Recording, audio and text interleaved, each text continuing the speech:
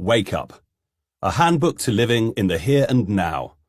54 playful strategies to help you snap out of autopilot, by Chris Barres Brown. This book is read by Chris Barres Brown. To all the crazies, the weirdos, and the freaks. To all those who don't fit in, but stand out. To everybody who knows that this is the most extraordinary of lives, and it's happening right now. To you, the awakening. Introduction. Over the years, I have noticed that I have not been myself. I don't mean that somehow I have been out of sorts or physically unwell. I mean that someone else has been living my life. I have moments where I am deeply connected to myself, my family and friends, the work that I do, and indeed, this amazing planet on which we live. These moments are special. When they happen, I feel like I have absolute clarity. I am very present and very aware. There is absolutely nothing missing. In fact, everything is just perfect. When I experience those moments, I feel as if I truly connect to who I am and where I fit in this wonderful thing called life. There are no fears, no worries, and no concerns because everything is just right. And from this place, I know that everything is fun, light, and playful, and that the essence of this life is a fantastic game. The downside is that this state is all too often fleeting. And before I know it, I am back to leading a pinball life where I am bouncing around at ridiculous speeds, out of control, and scoring points only by crashing into targets unintentionally. Then by chance, I pop back out of it, a day, a week, or even a month later, and I wonder what the hell's been happening.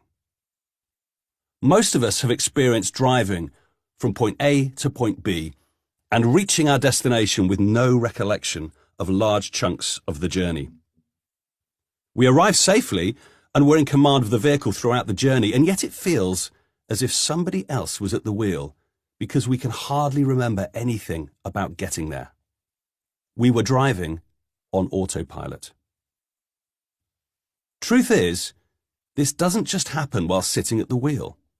This happens every day that we are alive. It happens at work, it happens at home, it happens in life, and this is what Wake Up is here to address. Autopilot life. The reason that most of our lives are spent on autopilot is due to the way our brains work. The brain works in two ways, consciously and subconsciously. And together this uses up a large chunk of our overall energy, around 25%, according to many clever science folk. The conscious brain is used for processes involving logic, rationality, and higher levels of cognitive function. When we are trying to decide whether leasing a car is better than buying one, or whether ground source heat pumps will really save us the money while helping the planet, we are using conscious processing. This takes a lot of energy, which is why when we tackle a particularly tricky intellectual challenge, we often feel very tired quite quickly. The subconscious brain, on the other hand, is a more efficient machine. It is adept at looking for patterns and similarities in what we are experiencing now compared to what we've experienced before. If something looks like a close enough fit to something from the past, the subconscious assumes they are the same and therefore directs our behavior accordingly, so that we respond in the same way as we did last time. So, if we have noticed that the kitchen door no longer shuts as it should, when we are carrying 2 glasses of wine out and we don't hear the telltale click of the latch, our heel automatically taps it in just the right place at just the right pressure to close it perfectly. Sweet.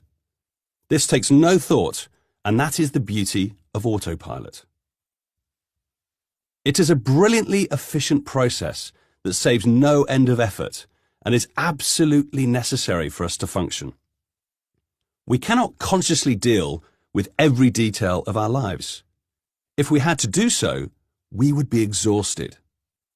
Just think how hard it is to learn a new language or an instrument, or even drive a car for the very first time. When we are carrying out menial tasks, things that are habitual or things that we have practiced often enough for them to feel natural, then the subconscious is rather wonderful at conserving resources for use when we do things that are more taxing. The subconscious thinks faster and more automatically than the conscious brain, which is why people who play tennis or the glockenspiel brilliantly have it to thank. They have practiced to the point that the subconscious takes over and does a much better job than the slower conscious thinking. It's undoubtedly an exceptional performer in those situations, and it's important to make that distinction. The challenge is that the subconscious has no off switch. As we tend to live lives of habit with ingrained routines, most of what we do is stuff we've done before, and therefore autopilot becomes the default mode of existence. If we were a tennis player, that might not be a bad thing, but most of us don't spend all our time on a tennis court. Life is more complex than that. We therefore need to manufacture a better balance between the two systems of our brains. It is impossible to quantify what the right balance should be, or indeed the capacities of the conscious to run more of the show. But most of us know instinctively that if we can become a bit more awake and liberated from autopilot every day, it can make a huge difference to how we live our lives. The caveman brain. The human brain hasn't evolved a great deal over the last 50,000 years, and we retain today survival instincts designed to protect us from prehistoric dangers, such as beasties wanting to eat us, rather than the perils of modern living. To survive, we developed a mechanism within our brains that would spot potential dangers instantly and react to them immediately. It served us well back then, as the faster we reacted to even the vaguest of threats, the better chance we had of survival. Being fearful was therefore a key factor in your gene's procreation, so over time it became integral to humanity's DNA. Those hazards are now long gone, and yet most of us still exhibit an instinctive aversion to risk. It's part of who we are. When we are on autopilot, we don't question that negativity bias. We just obey it. The caveman brain is hardwired to be wary of anything new and different, or anything that challenges our identity and what we know to have worked in the past. The caveman likes things to stay the same. Of course, the caveman is only trying to help us. He is trying to keep us safe. He will never go away as he is part of our design. However, we can learn how to listen to him and respond rationally rather than obey him unthinkingly. When we notice him producing a fear response, pumping us full of adrenaline to encourage a fight, flight, or freeze response, we can stop, breathe, and ask, what is really threatening about this situation? Often our inner caveman likes to stimulate a bigger reaction from us than is warranted. While you are on autopilot, the caveman is in charge. When you wake up, he loses his grip. Understanding how to listen to him, appreciate what he's telling you, and then consciously choose what to do next is key to finding liberation and leading a shinier life.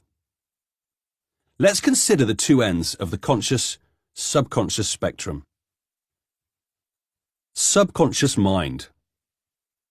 When we are on autopilot, our subconscious is in control. This means that we tend to be very reactive to the world in which we live. When we experience any kind of emotion, we react, and our reactions dictate how our day goes. The subconscious loves fantasy and will entice us into a daydream whenever possible. Daydreams are usually about the past or the future and create a huge distraction from what is going on right now. When we are on autopilot, we make snap decisions about everything, and very often they're bad ones. If we're feeling tired, we gulp down a sugary soda rather than taking a few minutes to relax and recharge. If we've had a hard morning, the comfort of an overindulgent lunch might be what we reach for, making us inefficient for the rest of the day. It could be that the tasks we need to deliver today seem tough and pointless, so we turn to Facebook as a welcome distraction. Autopilot feels a little bit numb. It's passive, it's disconnected. When it kicks in, we often feel as if we are very much on our own, and that survival is our number one priority. We lose awareness of who we are and what is important because we are driven more by instinct than insight. When we look in the mirror, what we see is what we believe we are, and nothing more. A name, a face, a fixed identity, with little connection to greater humanity. Time flies by, as in this state we are either busy with thoughts and fantasies and actions, or we enter the twilight zone in which our brains are drip-fed by digital devices, social media, gaming, television, the morning newspaper. I call this the Shadowlands. When we are there living on autopilot and always scared, because being scared means you are prepared for danger, we are living in a primal, almost animalistic way. Our subconscious may be efficient, but it ain't making us shiny. Conscious mind. The opposite end of the spectrum is where we wake up. This is a truly connected and conscious state. We have all experienced such moments of crystal clarity, fleeting glimpses of how wonderful life can be. Often they are sparked by apparently random events, walking in the countryside on a particularly sunny day, or hearing a piece of music that literally strikes a chord with us. It may be as we hold a loved one close. Sometimes, and rather bizarrely, we feel more alive when death or disaster intervenes. The day before I wrote this, David Bowie died. Although it was a particularly sad day, there was something rather magical about it.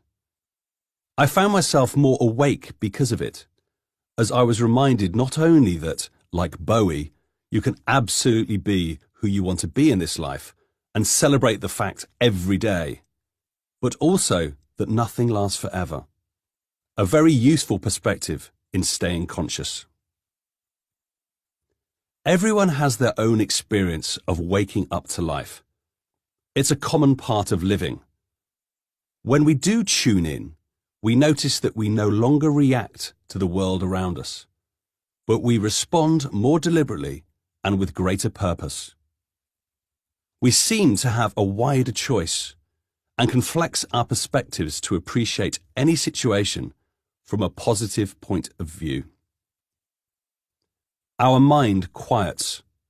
We find it present and focused, as opposed to its more erratic behavior on autopilot.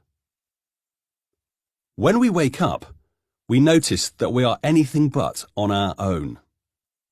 We are truly connected to everything and everybody on this planet because energetically, we are all one. This heightened sensitivity helps us understand what is important and what is not, and enables us to leave our petty obsessions behind so that we can focus on what really counts. When we wake up, we become aware, we create, we harmonize with the world around us instead of trying to fight it, and we find that everything becomes easier. For me, it's a truly vital state of being in both senses, and couldn't be more different from being on autopilot. Breaking free from autopilot. Autopilot is like sitting passively in front of your TV, constantly snacking when you're not even hungry, and letting whatever is on the screen wash over you.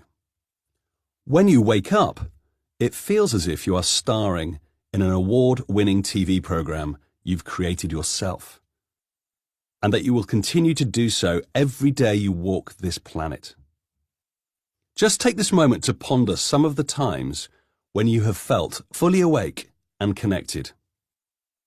Close your eyes. Take a deep breath and remind yourself how it felt.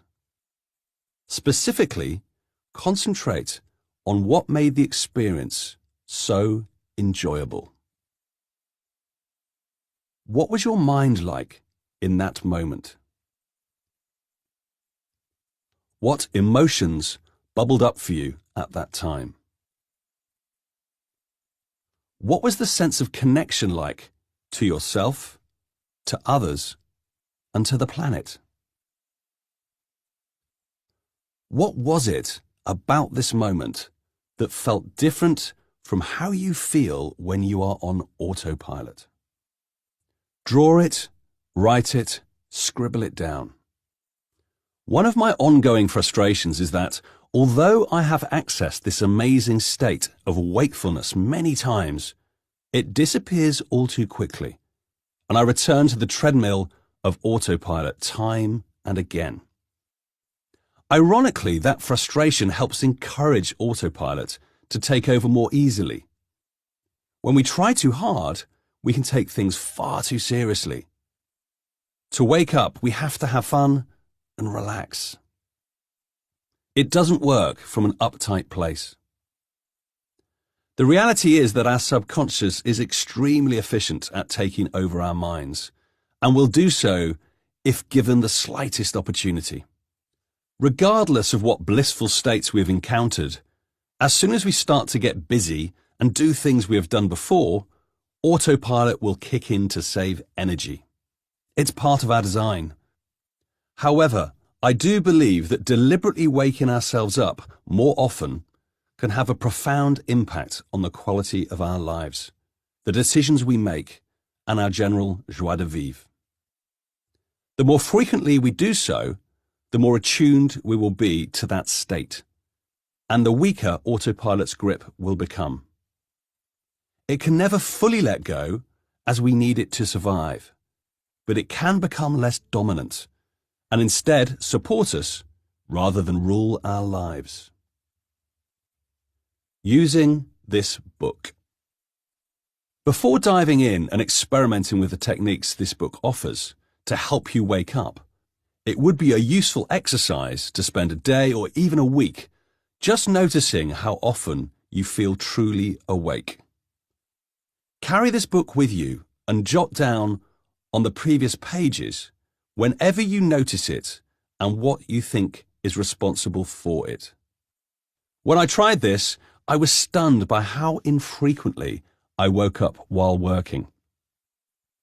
I recently asked a group of people to audit themselves for a week, and each person came back surprised by how much of their life was dictated by autopilot.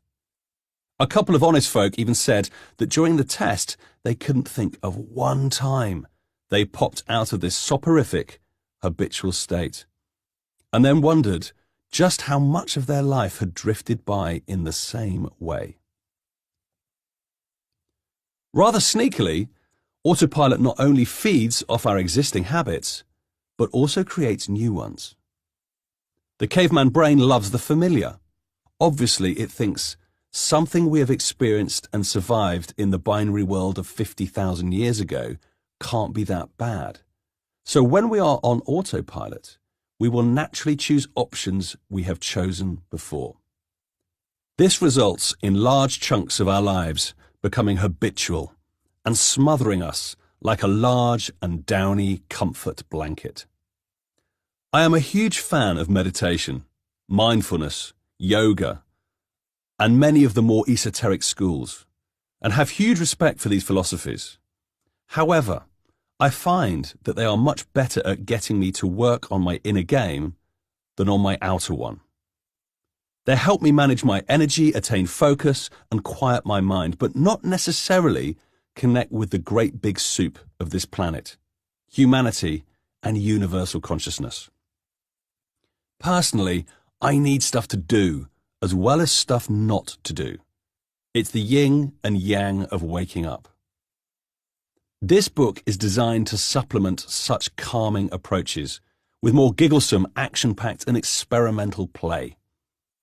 I believe that the only way to wake up is deliberately to bring in new and different experiences to our lives that will provoke a heightened sense of consciousness as we engage with them.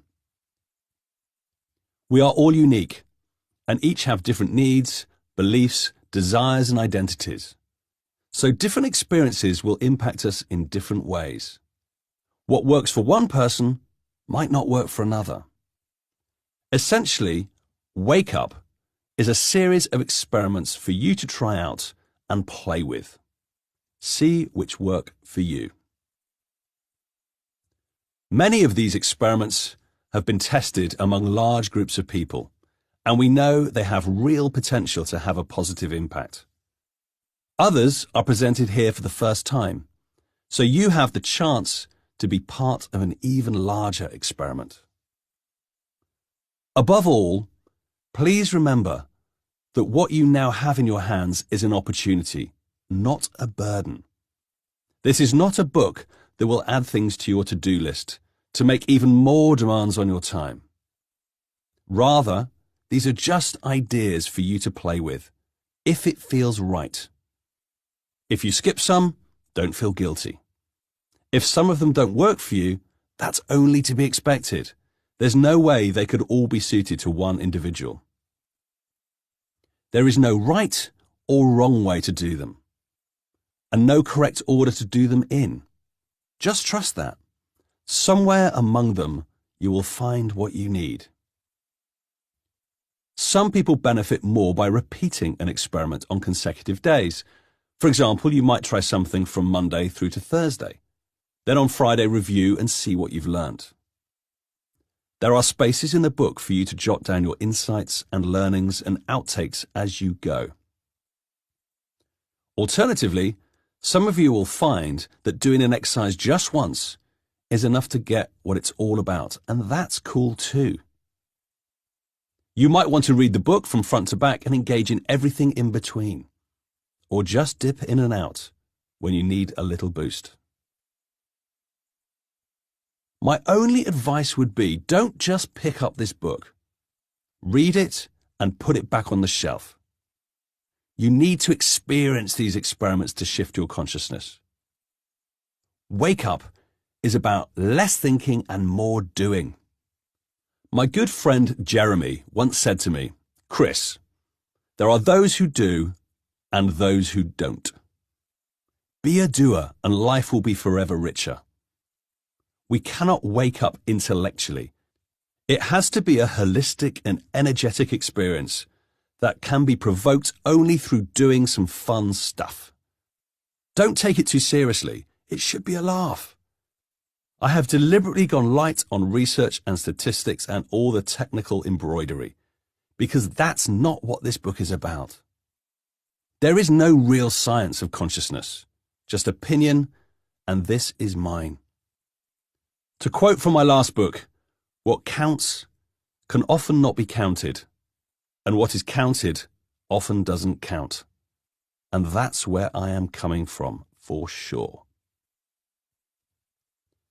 If you need more of a boost, do these experiments with a friend, as their learning could well enhance yours. I've noticed that instantaneous enlightenment from them is rare. What more often happens is that small changes of awareness have an impact far greater than you imagined. If you tune into yourself as you try them out, you are likely to notice some extraordinary results. The movie, Lawrence of Arabia, is based on the life of T.E. Lawrence, a man who doesn't feel like he fits in and follows his own personal quest to find himself. In the desert, he makes a very unlikely connection with Arabian desert tribes. One of the most famous lines before the start of the challenging battle is, "Big things have small beginnings." While we are not about to confront the Turks with our own band of armed Bedouin, we are each in our own unique ways, making small changes that can potentially have a big impact on our lives, if we allow them to. If one of the exercises in this book isn't quite working for you, feel free to adapt and bend and recreate it into something that does. The principles within them can be delivered in many ways, so make it fit for you. The exercises will help you either tune in and focus on something important, plug into one or more of the resources that are all around you, or power up your body and/or your mind.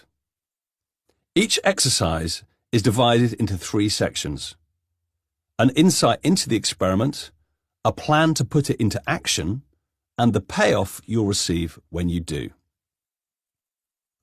My last bit of advice before letting you loose on all the fun is that the way you approach these exercises will dictate how much you get from them. If you go in half-hearted, you will get half-baked returns. If you rush them, they will certainly whiz by you. If you go in with an open heart and positivity, you will get abundance back. And before doing any of them, just take 3 deep breaths, either sitting or standing straight, with a big smile on your face, and know full well that the adventure is about to begin. Strap yourself in. In summary, spend some time noticing how often you get off autopilot and wake up. What made it happen? See these experiments as a bit of fun that can only add sparkle to your life. It's not a job, it's a laugh. Before doing any of them, take a moment to breathe deeply and put a smile on your face, and you will get much more back. Feel free to adapt them so they work for you, but just make sure you fully engage in them to get the benefit. Breathe. I don't know where we're going from here, but I promise it won't be boring. David Bowie. Breathing. We each take about 20,000 breaths a day. The average human respiratory rate is 30 to 60 breaths per minute at birth, decreasing to 12 to 20 breaths per minute as adults. As babies, we all take deep, relaxing breaths from our abdomen. If you've ever watched a small child sleeping, you will see their bellies rise and fall. As we get older, the way we breathe changes, especially when we are stressed or alarmed. Our bodies operate on our more primitive fight, flight, or freeze instincts, and we take short, fast breaths to prepare for danger. Prolonged periods of stress mean we constantly breathe like this, only ever using the top third of our lungs. It's the bottom third of our lungs, however, that supplies 2/3 of our breathing capacity. So shallow thoracic breaths mean we aren't getting what we need to function at our optimum level. As a result, our cognitive abilities go slack. We have trouble staying alert and connecting with others, and we often just have less fun. On the flip side, when we breathe deeply, we're likelier to have more energy and feel less stressed. Our posture and digestion can even improve. Breathing helps release toxins and strengthens our immune system. Breathing properly is the fastest way to get off autopilot, as it slows down the brain and gives us greater clarity. The insight. Generally, we are all useless at breathing. I learned how bad I was at it when I had to be coached for 6 months to learn how to do it properly. When we breathe incorrectly, we starve our bodies of oxygen, and therefore find it hard to achieve clarity and balance between our subconscious and conscious brains. When our brains are going too fast and don't have that balance, we are naturally on autopilot. If we can just slow them down and get them to harmonize more, our sense of connection increases exponentially. I tend to find that most of my clients struggle to breathe deeply enough and therefore often find themselves reacting instinctively to the world rather than responding deliberately to it. Without good breathing, it is impossible to connect either to yourself or to the planet, and all the fascinating and technicolor energies therein. The plan. We are going to train your breathing so that when you feel that you have lost consciousness and you are living on autopilot, you can bring it back quickly and effectively just by nailing the breath. I want you to spend 3 minutes breathing well 5 times a day. When you wake in the morning, mid-morning, just after lunch, at around 4 p.m, and finally before you hang out with your loved ones. Here's how that looks. Find a place where you feel comfortable that has few distractions, and sit with your feet on the ground with a straight back and start by smiling. Then breathe in through your nose for 5 seconds and hold it for another 6 seconds. Finally, breathe out through your mouth for 7 seconds. Repeat 2 more times until you feel conscious and present and connected.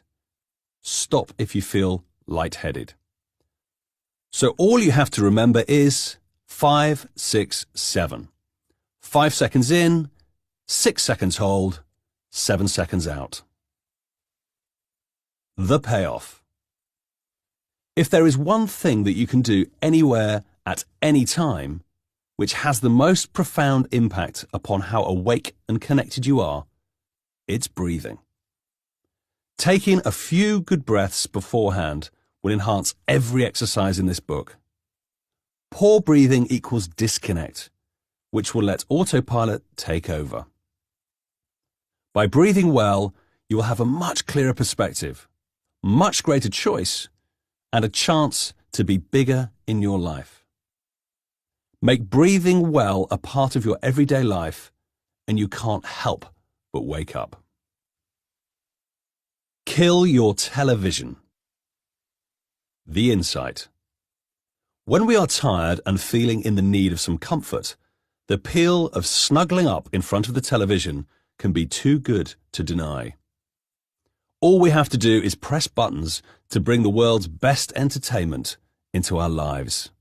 It takes no effort, and therefore we can truly switch off and let our overstretched, conscious brains shut down as our subconscious rolls around in the colourful wonder world of the pixelation in front of us. A little TV is not a bad thing, but a lot of TV is a waste of life. In the UK, we watch an average of a little under 4 hours of TV a day. In America, it's a little under 5. For most of us, our only time at home with our families is after work, and it would appear that we are wasting too many of those precious moments with our loved ones by entering a televisual coma. Not only that, television influences our worldview, increases the level of our dissatisfaction, manipulates our spending, and even decreases the regularity of our lovemaking. Naughty TV. The plan. This week the challenge is to not watch any TV. Notice that when TV is not an option, you have so many other things you can do that are truly rewarding. When you get home from work or finish your day's tasks, do something you wouldn't usually do instead of absent-mindedly vegetating in front of the screen. Read a book, go for a walk, phone a friend, learn an instrument, try some new recipes, hang out with your family and have a proper conversation about what life is like. Meditate, grow something, clean out the attic, Who cares what you do as long as it's a conscious choice and not in default autopilot mode? A friend of mine, Ben Edmonds, decided that instead of watching TV, he would learn some new skills, one of which was to make a knife by hand. As a result, he now owns Block Knives, which make some of the best chef's knives in the world, and has a 3.5-year waiting list for their exquisite goodies. What could you achieve if you didn't watch so much TV? The payoff. The first benefit of not watching TV is that you will get a lot of time back, time you can use to enrich your life rather than just survive it. Over a week, if you usually watch the US average amount, you'll get back a day and a half of free time. That's a 3-day weekend every week. The second payoff is that by deliberately avoiding the passive state induced by television, you will find that you will be more conscious and therefore more awake for more of your day. And so will find it easier to make better decisions, connecting with who you really are and those loved ones in your life. Let's lead extraordinary lives and not just watch other people's. Clean up your act. The insight. When we are living our lives on autopilot, our awareness suffers. We are not particularly aware of what our priorities are, the impacts we're having on the world around us, and how we're looking after ourselves. I am constantly struck by our ignorance as to what we put into our bodies just to get through the day-to-day challenges that we face. In any busy city, you can see hordes of people who are largely sustained and stimulated by high doses of caffeine, refined sugar, and alcohol. When you are reliant upon these drugs, it is very difficult to be fully conscious and aware, as these little beasties are controlling your system and not you.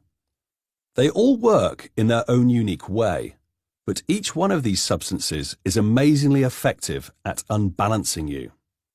Interestingly, we are probably aware of the powerful impact that alcohol has, and yet are often oblivious to the crack cocaine of the food industry, refined sugar.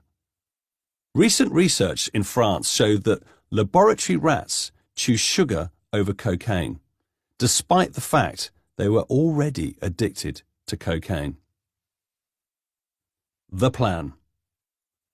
I am not suggesting that we should ban these substances forever, but I do believe that if we pay attention to our bodies, we'll be amazed at how we are poisoning them on a daily basis. So this week, we are going to clean up our act. For the next 4 days, ban caffeine, refined sugar, and booze from your system. It's as simple as that.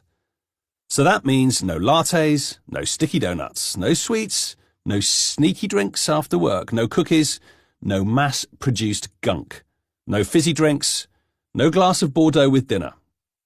The caffeine and the booze are relatively easy to spot, but to avoid the refined sugar, you have to look very carefully at the labels of what you eat. And trust me, it's in nearly everything in ridiculously high doses. Due to the highly addictive nature of these substances, especially the sugar, you may feel headachy and a little shaky without them. Drink plenty of water and eat small, frequent meals to help balance you out. The cold turkey will be short-lived, so persevere. The payoff is huge. The payoff. Just the process of thinking about how you eliminate them from your diet is a useful one. By doing so, you will become more aware of how reliant we can become upon our little habits. Many people, myself included, find that a simple detox has a profound impact. I personally find not having my Americano in the morning more painful than I ever imagined for the first couple of days. Then its spell is broken, and I can choose whether it is something that I want in my life or not, rather than acting only through addiction. We can consciously choose what we put into our system, when we have already started to wake up and will reap the benefits energetically every time we turn down one of those naughty little hits. This expansive way of looking at life, the universe, and everything can help us gain clarity and realize that we are players on a small stage in a vast cosmic arena. Travel into space. The insight. Astronauts commonly experience a deep spiritual shift when they see Earth from space. They often realize that so much of their identity is based upon who they are on our planet, and therefore the way they live their lives and what is important to them. Yet once they are physically separated from Earth and are spinning around the blue dot once every hour and a half, they find all their beliefs are challenged in the most liberating of ways. Astronaut Chris Hadfield hit the press a few years ago with his video cover of Bowie's Space Oddity, which went viral with millions of views. He says that when you are in space, you recognize the unanimity of our existence, the commonality. He felt his video was so popular because it helped show people something I understand very well, that this is an extension of human consciousness, human understanding, human perspective on ourselves. We need to understand it and make it part of our increased self-awareness. This was a little step towards that. The plan. So today we are heading out into the deep black expanse of space that surrounds us. To begin, find a comfortable spot outside and sit somewhere you can see the sky. Taking a deep breath, smile and sit straight, and then close your eyes and imagine yourself sitting in a space rocket. Imagine the jets firing up, and as the noise and vibration increase, feel yourself lifting up from this planet and see the ground beneath you getting further and further away as you accelerate into space. Enjoy the ride. Once you feel like you are approaching the moon, land there gently. Look back at planet Earth and appreciate it for what it is. It's your home, and a place where mankind has achieved some incredible things. As you watch, notice how beautiful it is and how quiet it seems from space. There is a stillness that's quite intoxicating. Soak it all in and notice any shifts that happen in you from this expansive perspective. Don't rush. It's not every day you can hang on the moon. When you feel ready, you can start heading home. And as you do so, enjoy your re-entry into the atmosphere. First seeing continents, then individual countries, expanses of water, mountain ranges, until eventually it's fields, cities, forests and roads. Then land yourself comfortably back on the ground. The payoff. The galaxy's greatest writer, Douglas Adams, summed it up well. The fact that we live at the bottom of a deep gravity well, on the surface of a gas-covered planet, going around a nuclear fireball 90 million miles away, and think this to be normal, is obviously some indication of how skewed our perspective tends to be. This expansive way of looking at life, the universe, and everything can help us gain clarity and realize that we are players on a small stage in a vast cosmic arena, and thereby reconnect with what is really important, not what shouts the loudest. Tune in. We live fast-paced lives that are all about doing stuff. We are amazingly good at filling our days with activities and running from one thing to the next. When we are frenetic and focused on getting stuff done, it's very difficult to tune in to who we are and the world in which we live. Much of this book is about helping us step back from that busyness and energetically reconnect with ourselves and our environment, so that we have a clearer perspective of why today can be extraordinary.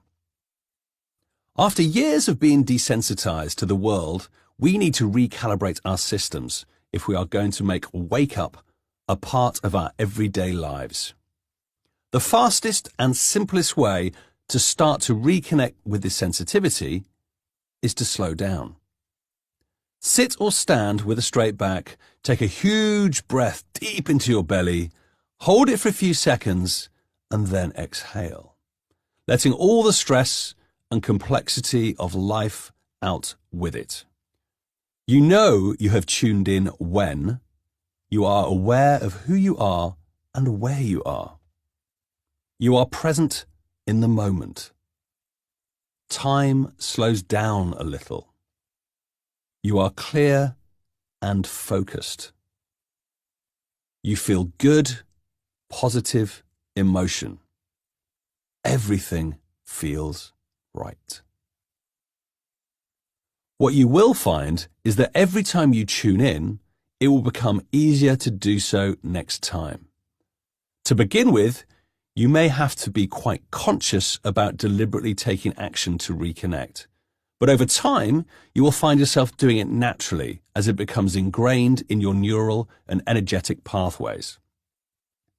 With more practice, you will find that this heightened state of awareness improves in quality and clarity and is sustained for longer.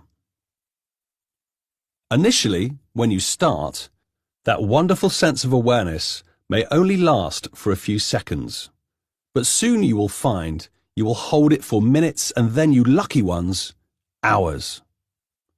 Some of you might be able to hold it consistently for days, weeks, or months, or even years. I've never yet managed to get beyond a few hours, but many claim that when they have made such a profound connection, they never lose it. So let's hope that could be true for us all. Before connecting to the energies outside of us, tuning in helps get our energies ready. Notice what you notice. The insight. Many years ago, I was working on a creative project in London. As part of an idea session, I decided that a new perspective was required, and so my fellow creative and I decided to cross London Bridge, imagining we were looking through the eyes of a child. It was a fascinating process. It took over an hour and a half, and we had at least 30 ideas in that time, all stimulated by what we saw around us. The project was designed to help our client avoid staff burnout by improving their management techniques. We looked at the River Thames in all of its turbulence, eddies, and tidal flows. We noticed that the water was moving at very different speeds depending on what section we looked at. It struck us that our client only worked at one speed, which was full throttle. The idea that came from the river was that each project would be designated as fast, medium, or slow.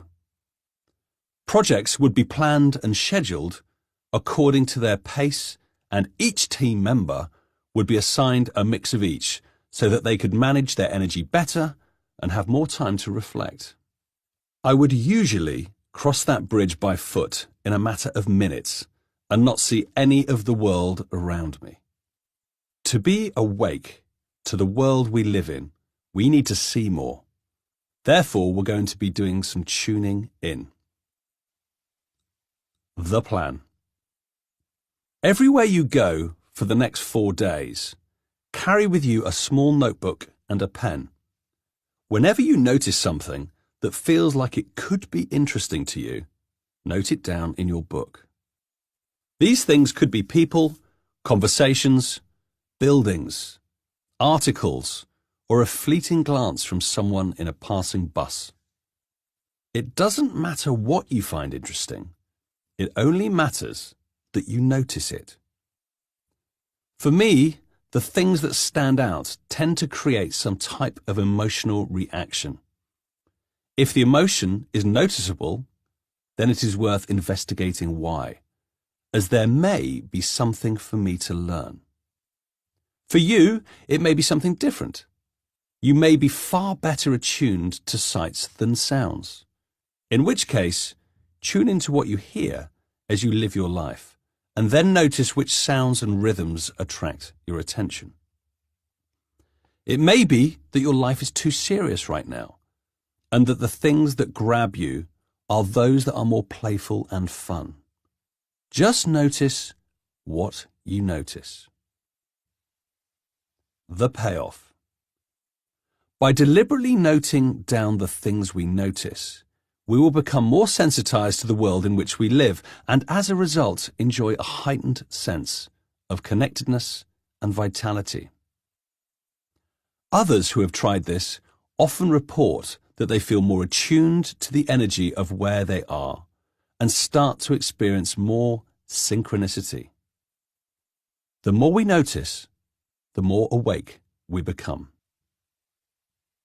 Cook from scratch. The insight.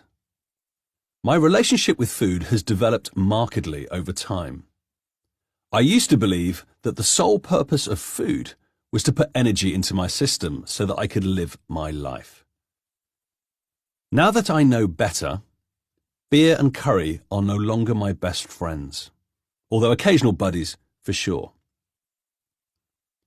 When you start to become more sensitive to energy, you notice very quickly that what you put into your body is what you get out. When we live our lives too fast, we can lose touch with that fact.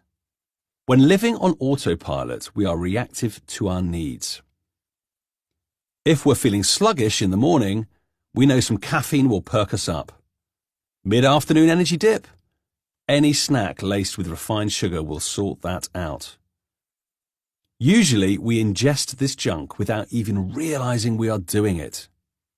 Autopilot refuels us and doesn't care if it's the right fuel in the long run.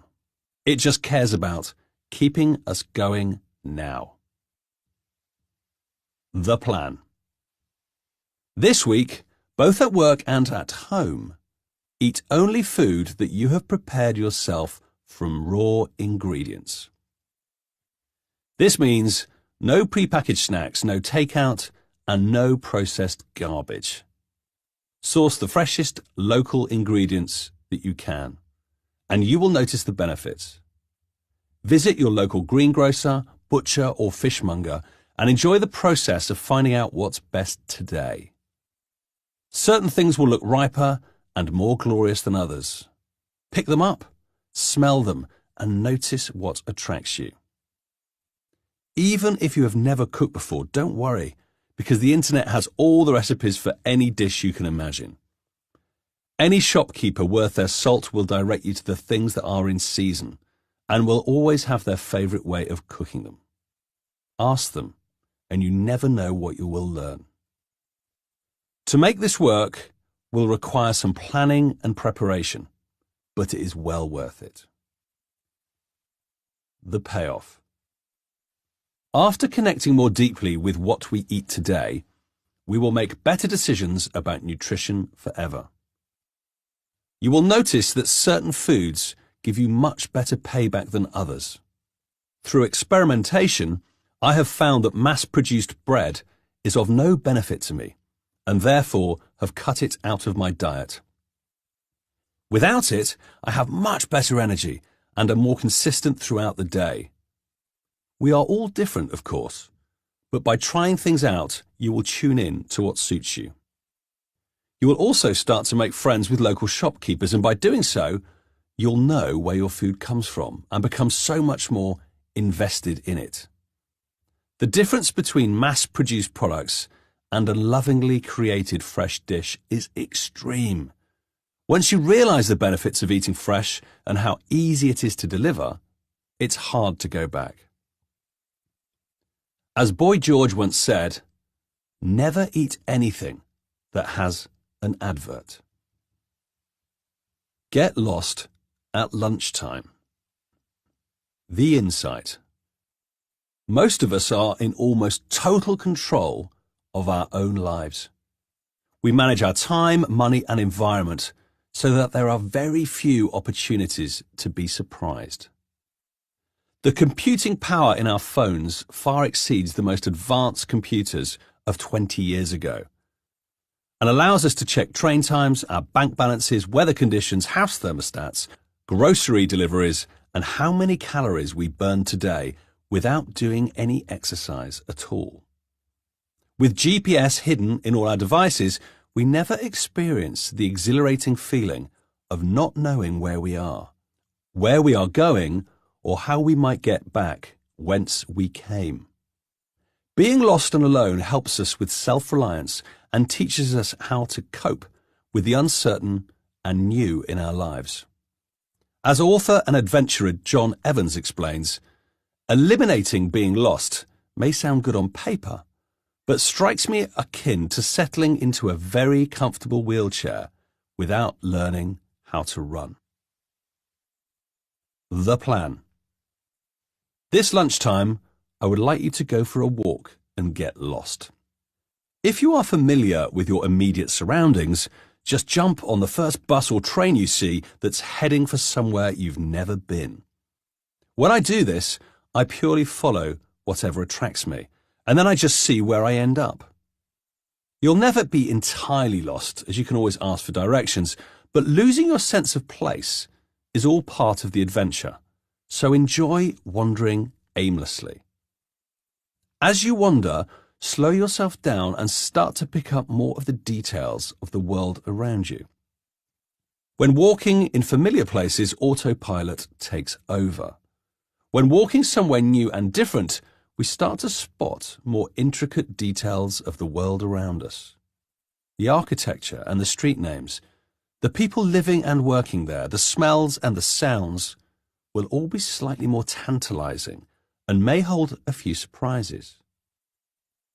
Much of this would not be noticed while walking on autopilot or looking down at your phone. The payoff. When we are lost, we tend to be in a more heightened state of sensitivity as we start to look for clues to find our way home. This sensitivity helps us become more awake and to appreciate the environment in which we live. Getting lost also means, by definition, that we are drinking in new, rich, and often surprising experiences, which helps us enjoy being alive that bit more. When you connect to what truly makes you tick, you will find you will be more conscious of living it right. Walkie-talkie. The insight. The pressure and complexity of modern living often make it hard for us to find clarity. Our busy brains can be quite distracted just dealing with the stimulus of everyday living, so it's often a challenge to get down and dirty with what really counts in our lives. A recent Harvard University study showed that at any given time, an average of 50% of the population is not focused on what they are doing. This was not the case 20 years ago, simply because the tools of interruption were not so plentiful. We tend to construct narratives about who we are and what is happening in our lives, and often they aren't true. Common fallacies include lamentations about how we came to be in the situation we are in, and why we have no way out. Something along the lines of, I can't follow my passion until the children have grown up. Until then, I must be a beast of burden. We become wedded to these falsehoods, as they seem to give us perspective, when actually what they do is imprison us in a world of fantasy. The plan. To get past these stories and to help you connect with the truth, take a little excursion with a friend. Go for a short walk with him or her And while you're walking, speak really quickly about your life. What's working now and what's not? What's making you happy or sad? Just blurt out whatever comes into your head.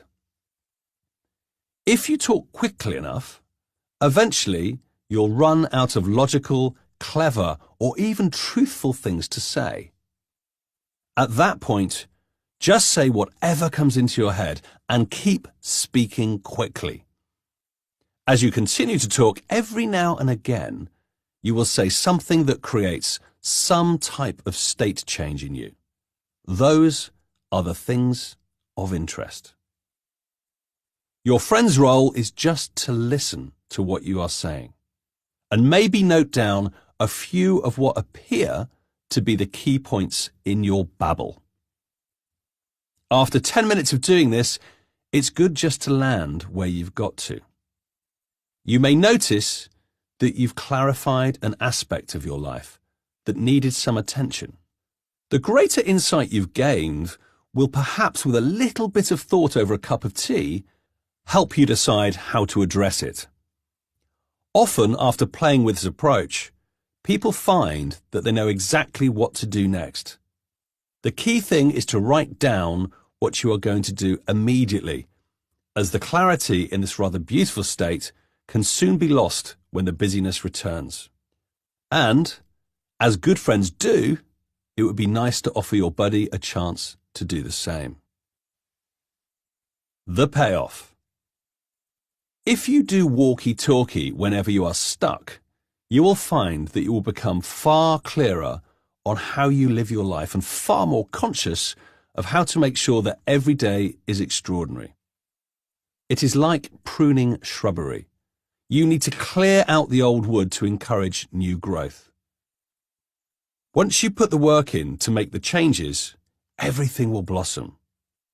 It's hard to be awake when you are living a made-up version of your life, but when you connect to what truly makes you tick, you will find you are more conscious of living it right. Make a plane and then free it. The insight. I used to know a guy who had a rather strange obsession. He used to love taking a frisbee onto the top of a mountain and seeing how far it would fly. Although it turned out to be an expensive hobby, as many were lost to the wilds, he loved the sensation of seeing them disappear into the distance. We often live our lives feeling quite constrained and boxed in. It can feel as if the weight of the world is upon us, and that pressure just squeezes us until we fit the mould. Being frivolous and playful can easily be lost from our nature, and yet it is so much part of our essence. Every day contains 1,440 minutes, yet we only spend 6 of them laughing. Let's stash some fun minutes in the daily time bank. The plan. It's a simple one. Make a paper airplane, safely go somewhere really high, and see how far it flies. Watch where it lands so it can be recovered, but most importantly, enjoy its release and watch as the wind takes it on a journey. Depending on the aerodynamics of your craft and the wind conditions of the day, it could go on the most marvellous adventure. Although we cannot see turbulence and wind currents, your plane will be living with them. A paper plane released on high is not too dissimilar to the way our lives roll out. Their course cannot be predicted from the start, as there will always be some surprises. Some elements of life crash and burn super fast, and some take the most wonderful, circuitous routes to get to a place we could never imagine. If there is something that's been bugging you, write it inside your plane before releasing it into the skies. As you do so, literally let it go. Don't make the end too pointy if people are about. Save the dart design for remote locations. The payoff. Just doing something for the pure joy of it can help us remember that this experience of being on the planet is most importantly about having fun. If we're not enjoying ourselves and loving the experience of being alive, then we are truly wasting the glorious life we have been given. There is nothing deep or clever or profound about paper planes, but the smile on people's faces as they release them into the air is more worthwhile than any number of weighty and serious therapeutic processes. Be a kid again and let them fly. Spielzeug. The Insight. My good friend, Dan Kieran, introduced me to the concept of Spielzeug. His next book will be devoted to the concept, one so beautiful that I felt compelled to include it here. It is a German word and simply means plaything. But, as is often the case, its essence is lost in translation. Spielzeug relates to the palpable energy that certain objects have. Many of our favourite items have it: a pen, a coffee mug, a pair of glasses, or in my case, a guitar. Those things become our favourites because there is an energy within them that is different from the rest, an energy that personally connects with us. I believe this energy is not just within objects, but also exists in buildings, art, places, and people. Some of you will be very aware of Spielzeug, others will not. But what is true is that when we attune ourselves to feel it more often, then every day we have a much greater chance to connect with our environment. Connecting energetically to things around us will help us become more conscious of ourselves and the world in which we live. It will therefore help us to wake up and feel more alive. The plan. This week, spend 10 minutes a day quietly holding some of your favourite things in your hands. Taking one thing at a time, close your eyes, take a deep breath and notice how it feels. First, focus on feeling its shape, weight, and texture. And then, letting go of that focus, simply hold it and allow yourself to connect more deeply. If you have a favourite book, for example, once you have held it, pick up one that you have no connection with and contrast the difference. You will start to notice how Spielzeug can live in the strangest places and in the most everyday objects. Certain buildings and locations will create a positive mental or physical sensation, while others will almost repel you. When you find somewhere overflowing with Spielzeug, sit there quietly, taking a deep breath, and smile as you enjoy what the energy gives you. You will notice that certain people have this energy too. Some folk naturally create an energetic connection to you, making them somebody you want to be around.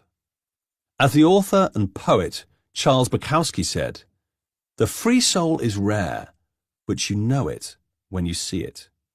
Basically, because you feel good, very good, when you are near or with them. The payoff. Being able to feel Spielzeug is like having your own compass for living.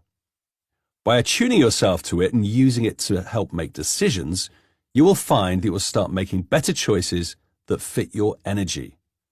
When you notice Spielzeug, you will naturally feel more alive and more aware of who you are and the world around you. It's implicit in noticing. As to feel it, you have to be connected. And when you are connected, you are awake. Spielzeug is all around us.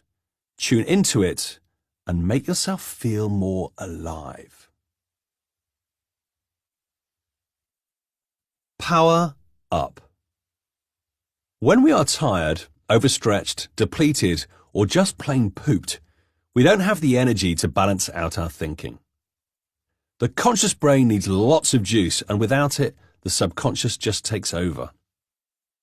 For us to wake up, we need a good, clean energy system. The whole book is about energy, but the distinction here is less to do with universal energy and more to do with our personal energy. Our bodies and minds need to be well looked after if they are to spark in the right way. Without the right spark, it is impossible to wake up regularly and to hold that consciousness. To power up, we need to play some tunes physically through nutrition, exercise, sleep and rest. We also need to learn how to get our minds working more productively by dealing with negativity and fear, getting more focus and being more open to possibility.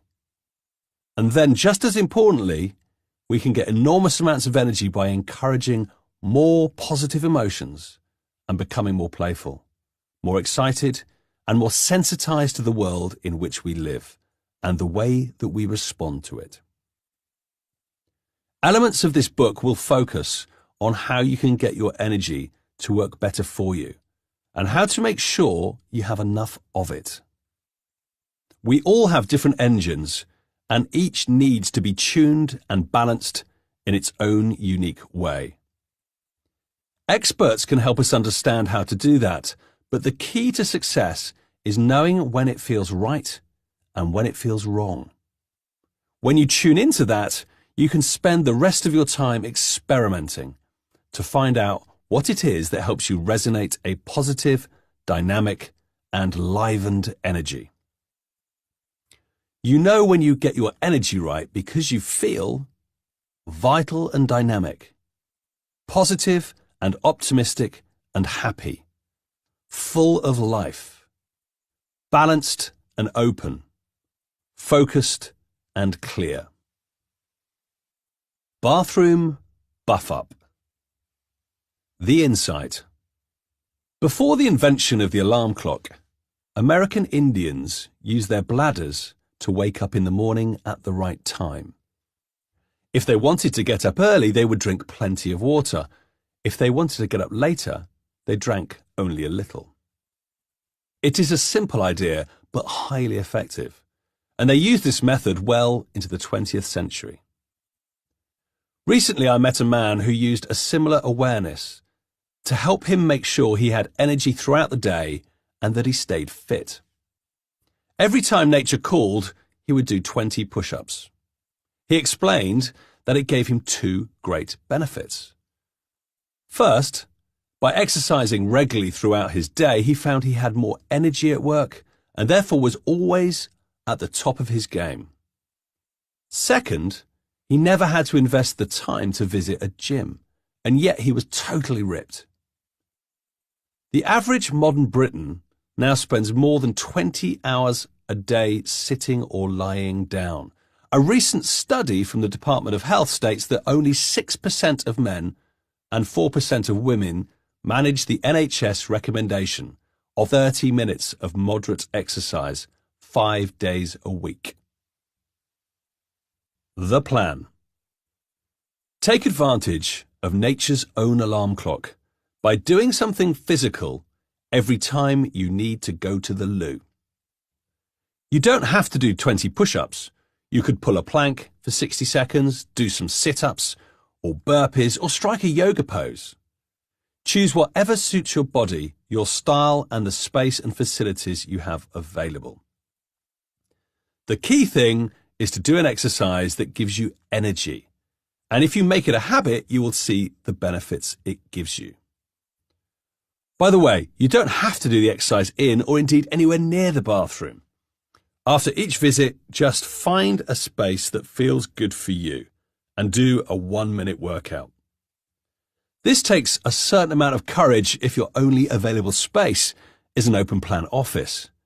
But you'd be amazed how envious your colleagues will be when you drop and give it 20, as if it's the only right and proper thing to do. The payoff.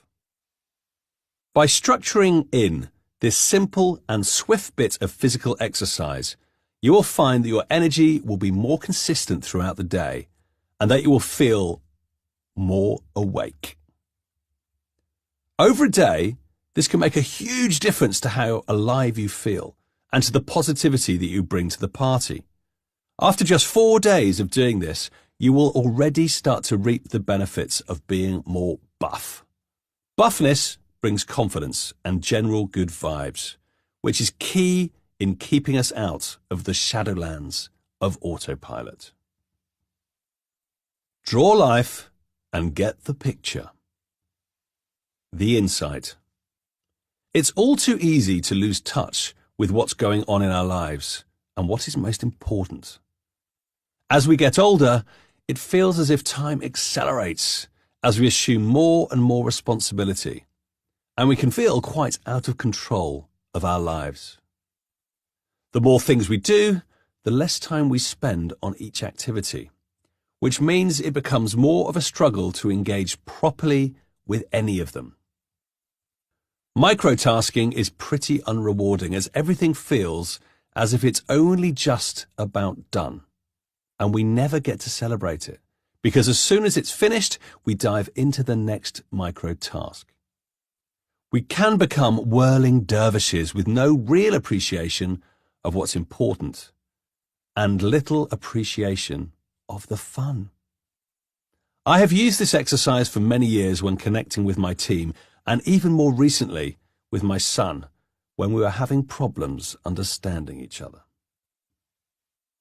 The plan. This week, I want you to grab a friend, 4 big pieces of paper, and some coloured pens. Take 10 minutes to draw what's been happening in your life over the last year. There is no right or wrong with this. Whatever comes into your head is just perfect, so get it down on the paper. You don't have to be a great artist, as any squiggles can capture the essence of your experience, and I often find symbols and stick figures go a long way. Now shift your attention to capturing how you would like the next year to be on another piece of paper. Again, take your time, have some fun, and dream a little. Ask your friend to do the same, again, with no pressure or competition. Just enjoy.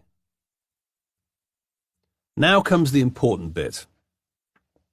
Take your time to explain your picture of the past and then your picture of the future to your friend, and then listen to them explain theirs. Soak it up and enjoy the connection as you listen to each other generously and get more insight into what's going on for each other. The payoff. This simple approach tends to cut through a lot of the noise and fantasy stories that we clog up our lives with, and it helps us to land on the areas that have more emotional resonance.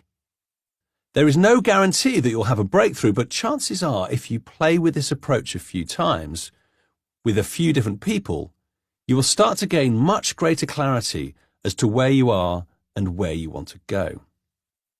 For me, the most important elements are not about achievements, material possessions, or the houses in which we live, but rather it's the quality of living that shouts out from this exercise. Most of us draw how we want to be and not what we want to have. By nailing those elements, you will find that you will be more conscious of who you want to be every day and be driven to live that way, helping you be true to the unique and special soul that is your essence and waking you up to who you are. Plug in. It's very easy for us to live our days on this planet thinking that we are on our own.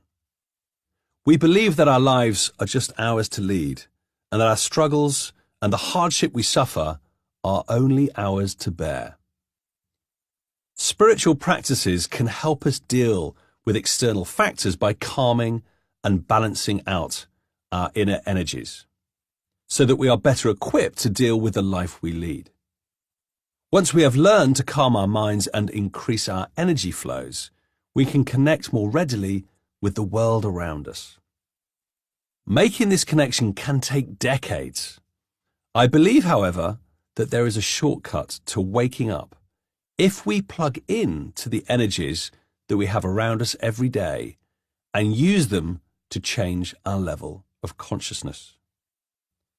For sure, we need to be tuned in to make that happen, but that is just one part of waking up. When we plug in as well, we take things to a higher level altogether. Imagine that your body is a sports car and your mind is its engine. We spend years tinkering under the hood, tuning the engine to such a degree that it should theoretically outperform any of its rivals. But that serves little point if it never goes out on the track. Far better to make some small adjustments than take it out for a few laps and see how it performs, coming back with more information that will enable us to tune it to the next level. Personally, I much prefer time on the track to time in the garage. Energy sources are all around us and some live in surprising places. You may find that you can plug into places, times, people, sounds, perspectives, art, literature, food, the sea, animals, family, plants, yourself. By working out what plugins you have available, you will find that wherever you go, you have a way of waking up just by flicking the switch. My most powerful plugins are being in, on, or near the sea, properly connecting with people on what matters, being in nature, being in a busy city but stepping back and soaking it up. The list goes on. You know that something is plugging you in when it helps you tune in. It expands your perception beyond you and your usual awareness. It gives you a positive, energetic kick. You feel connected to something much bigger. Everything becomes possible and nothing is a problem. The wider our repertoire of plugins, the more we can adjust to what's needed here. And then we can wake up whenever we feel like it. First 10 minutes outside. The insight. Our days are getting packed, ever more full with increasing demands on our attention and energy. We consume about 100,000 words each day from various media, which is a massive 350% increase on what we handled back in 1980. Many of us feel as if time is escaping us because of the speed at which we lead our lives and the pace our constantly innovating society sets. Days blur into weeks and weeks into months. The Roman philosopher Seneca may have put it best 2,000 years ago. To be everywhere is to be nowhere. When we start our day, we know we have a lot to do. The temptation is to leap into delivering that straight away. If we start fast, we will end fast, exhausted and numbed. It is likely that we will have had very little awareness of ourselves or others during that day, because living frenetically means we lose connection with who we are and the world in which we live. The plan. To rebalance the speed, we are going to start slow. Spend the first 10 minutes of the day outside without digital distractions of any kind. If it's impossible for you to go outside, stand by an open window, get some fresh air on your face, and look out into the world. The perfect place for these 10 minutes would be sitting in a park or garden. But anywhere outside will give you the advantage we all need. Find a place where you are comfortable either sitting or standing, and just be still for those 10 minutes, breathing deeply with a smile on your face, observing and connecting with the world around you.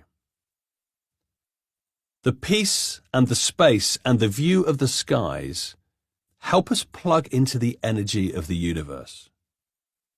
As you do so, you may notice certain thoughts come into your head. Just let them drift through without questioning them. What you will often find is that you will get a clearer perspective on who you are and what is important to you right now. The payoff. The moments when we first awake are precious. This is when we are most open to connecting to our essence, the planet, and our core values. If you make this a daily habit, you will find that the connection you create in those first 10 minutes of the day is much easier to sustain when things get busy. By making it a deliberate act, you will find it easier to respond to the world and not just react. We will lose it for sure, but if we take a moment to breathe and smile and look to the skies, it will come back quicker and help us remember how fantastic this life really is. Spread the love. The insight. Everybody on this planet is amazing. We all have things about us that make us unique and special, but often we lose touch with what they are and can therefore easily lose our shine. Our brains are often more attuned to seeing the negative than seeing the positive. Yet there are so many people around us who can be an inspiration to lift us up and help us make the best of every day. Meaningful human connection makes us not only happier, but also healthier and helps us to live longer. A lack of it is more detrimental to our health than smoking and obesity. In short, we need it. Nobel Prize winner Daniel Kahneman found that our brains receive 20,000 individual inputs or moments every day. Most can be categorized as either negative or positive. The magic ratio for happiness is 5 positive moments for every negative one. In a radio interview, a successful, happy young man talked about his troubled background and difficulties in achieving at school. What changed his journey? When a grade school teacher told him she cared and believed in him. This single encounter changed his life forever. The plan. Today, find one person and share with them what it is that you love about them. It can be anything at all. There are people in our lives who give us something special in often quite surprising ways. It may be the way that your partner leaves you notes around the house or in your bag when you leave for work. It may be the bus driver who always asks how you are doing with a big warm grin on his face.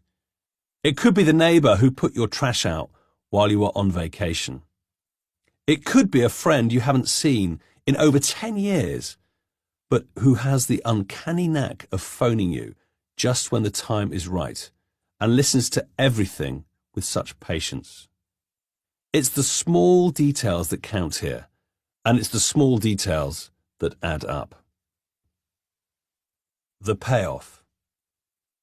By doing this one simple thing, you will get a whole heap of benefits. First of all, you will program your selective attention to notice more wonderful things about everybody you come into contact with while living your life. If you perceive more positivity and brilliance, you will feel happier, connected, and alive. By sharing the love, you will also make deeper connections with those people whom you have been appreciating. And deeper human connection has a direct benefit in helping us lead more fulfilled and happy lives. Dress the same. The insight. We can often obsess about how we look and the image that we portray, Some of us are spending as much as a year of our lives deciding on which clothes to wear. I have worked with people and indeed have friends who wear the same thing every day, regardless of what they are doing or how they feel. I used to think this was a strange bit of branding, but I have noticed more and more people extolling the virtues of this habit. Steve Jobs was inspired by the workwear of Japan to simplify his wardrobe. Barack Obama told Vanity Fair that he adopted the only grey or blue suit dress code because I am trying to pare down decisions. I don't want to make decisions about what I'm eating or wearing because I have too many other decisions to make. It is a modern phenomenon known as decision fatigue. By eliminating a basic decision from their days, these visionaries are given more space to think about the big stuff. The plan. For the next 4 days, you will wear the same clothes every day. It's worth spending some time thinking about which outfit is going to work best for you, and which indeed you have enough items of to deliver 4 days of freshness. Then once you have decided, do not deviate from the path. The time that you save by not worrying about how you look can be used for purely pleasurable activities. Take longer over breakfast and consider your day. Have a proper conversation with loved ones before everyone scatters off to their business. Do some breathing and get yourself centered with a big smile on your face, knowing full well that today can only be great. The payoff. By taking that decision out of our lives, we may just find that we are slightly more comfortable in our own skins and have a little more time to think about what really counts. Unless it's a very special occasion, I believe we should never dress for anyone but ourselves. If we feel good about who we are, that's all that counts. Mostly when we are dressing and taking too long deliberating, we are obsessing about how people will perceive us. How very tiring. Dress for you and enjoy it. Of course, after 4 days, if you have the desire to ramp up your look, then go nuts with it. If it's part of who you are, there ain't no holding back. Slow down. The insight. Life is getting faster. Our senses are overwhelmed by constant bombardment of messages, and the demand for decisions escalates year in, year out. With the increased connectivity we have through technology, our inboxes are screaming for our attention, while our friends are posting photos of their latest trip to the Gili Isles, which are too good to be missed. With so much going on, the conscious brain is prone to just shut down, so that our subconscious can filter out all the noise. My good friend David Pearl and I set up Street Wisdom a few years ago. The principle behind it is that if you're in the right state of mind, anywhere can be a source of inspiration. Therefore, we don't have to go to one of those bucket list destinations like Machu Picchu to have a breakthrough. In short, any street can hold all the answers that you need as long as you tune in. Thousands of people have experienced the benefits of Street Wisdom now all around the world. To help people tune in, one of our warm-up exercises is quite simply to get them to slow down. When people walk 5 times slower than their average speed, something amazing happens. They start to notice the world around them and indeed the world within them. Because as we slow down, we become more sensitized to everything. The plan. Spot a time in your schedule today where you need to walk somewhere and plan in some extra time so that you can truly slow down and roll around in the experience. Most of us are tempted to slow down a little, but this really needs you to slow down a lot. To push to the edge, see how slowly you can move. And notice what happens when you do. Taking some deep breaths to slow the brain down will in turn help you slow the body. If people look at you slightly strangely, just give them a little smile. Watch out for the other people to whom you might ordinarily have been oblivious. When you slow down, you often find that the most unusual connections happen. In the words of superhero Bucky, there is nothing in a caterpillar to suggest a butterfly until you slow down to find it. During Street Wisdom, we have had the oddest of meetings when people almost pop out of the ether to tell us something we need to know. As we slow down, we connect more with ourselves and send out a more resonant and attractive energy. Sensitive folk are all around us and they will notice it and often come and play. Butterflies are all around us. Beautiful thought, huh? The payoff. By quite simply slowing down, you will notice so much of the world and therefore become more awake. Many people who struggle with meditation due to the noise of their inner mind find that they can achieve peace incredibly quickly just by walking slowly, taking in big belly breaths, smiling, and noticing what needs to be noticed. Simply by taking a slow walk every day, you will find that you will become more conscious of who you are in a world that is moving fast. A clearer idea of how you interact with the world will make it so much easier to decide not to be carried away on an uncontrolled wave of busyness, but instead to plough your own furrow. Walk in the woods. The insight. Japanese researchers have proven the medical benefits of Shinrin-yoku, or forest bathing. One study shows that it reduces stress, anxiety, and depression, and therefore is helping reduce psychosocial, stress-related disease, and also reduces blood pressure and boosts immunity. Another study shows that it increases the body's NK cells, a component of the immune system that fights cancer.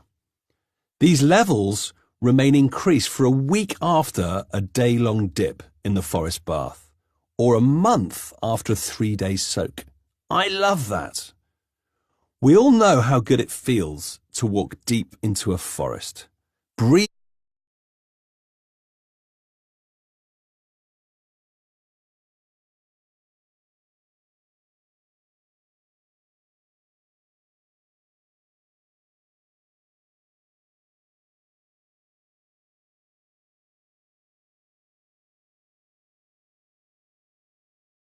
in the air that is thick with aromatic oils and soak up the energy. It's a place of magic, no doubt. We don't have to immerse ourselves for weeks into ancient woodland to feel the positive impacts of nature. All trees have the power to help us reconnect with ourselves and with the world around us. The plan. Find some trees and walk among them. The more trees, the better. The older, the better. The less polluted, the better. But any trees will help. There are 44 accredited Shinrin-yoku forests in Japan, but I am sure you have one near you that may not have the stamp, but still has all the good stuff going on. Even in the most populated places, there are trees nearby. Find them and hang out.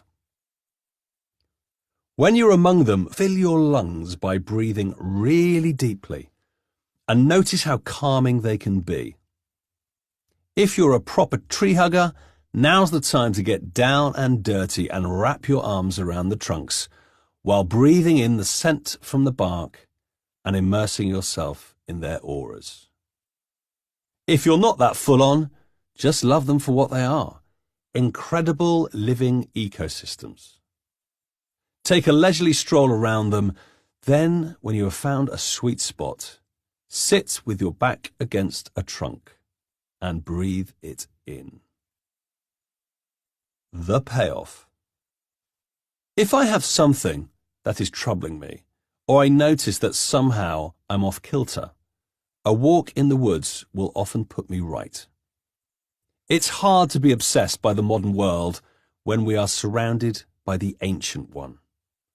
There is something truly primal about woodland, as so much of this planet used to be filled with it. When trees surround us, we ground our energy while also feeling connected to something so much bigger than ourselves. They act a little like a lightning rod for connectedness with the world.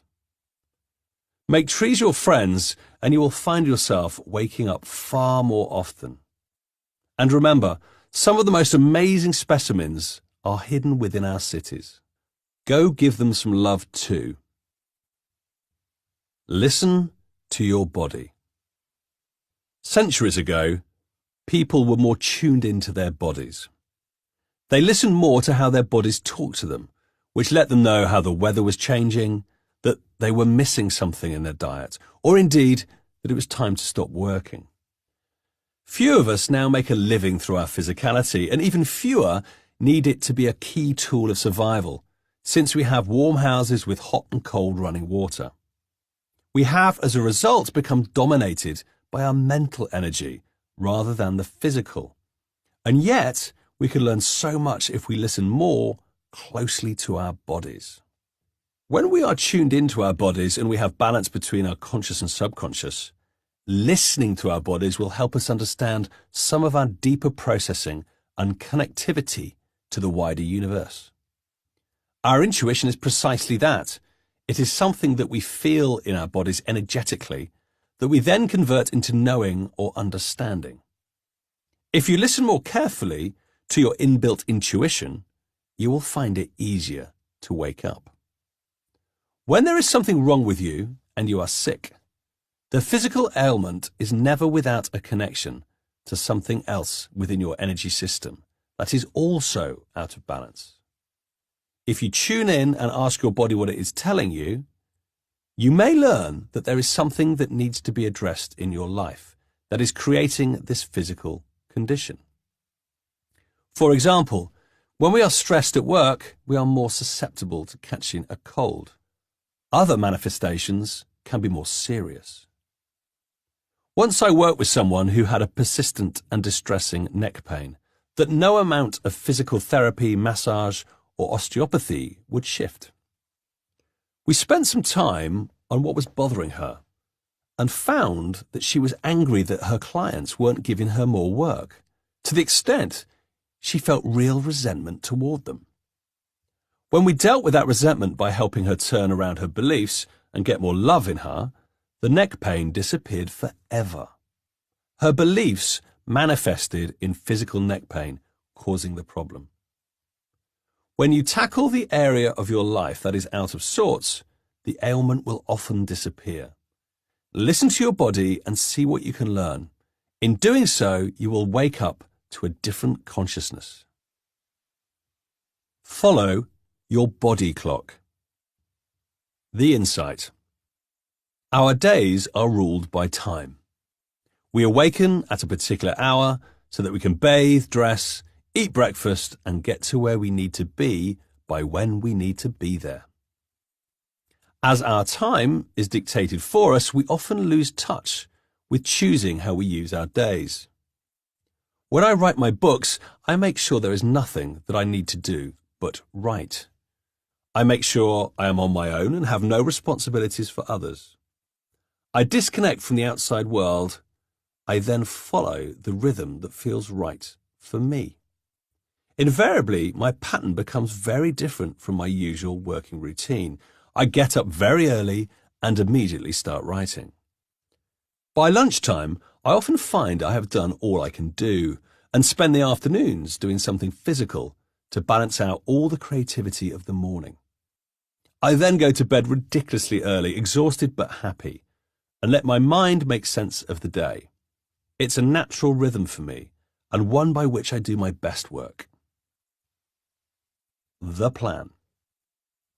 This week, take the opportunity to tune in to your body clock and ask how you might live to make time work best for you.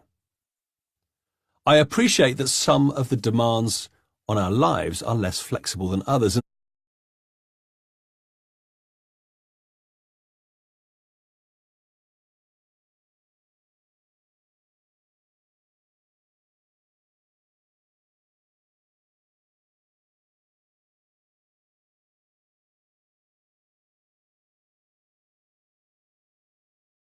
And therefore, we need to take into account jobs and schools and families. So you may need to do this at a time that you can manage more flexibility. For example, during school vacation or on weekends. When you have created the space, just notice how you function at different times of day or for different activities. Eat when it feels right to eat, and only eat the things that provide the necessary energy for that moment.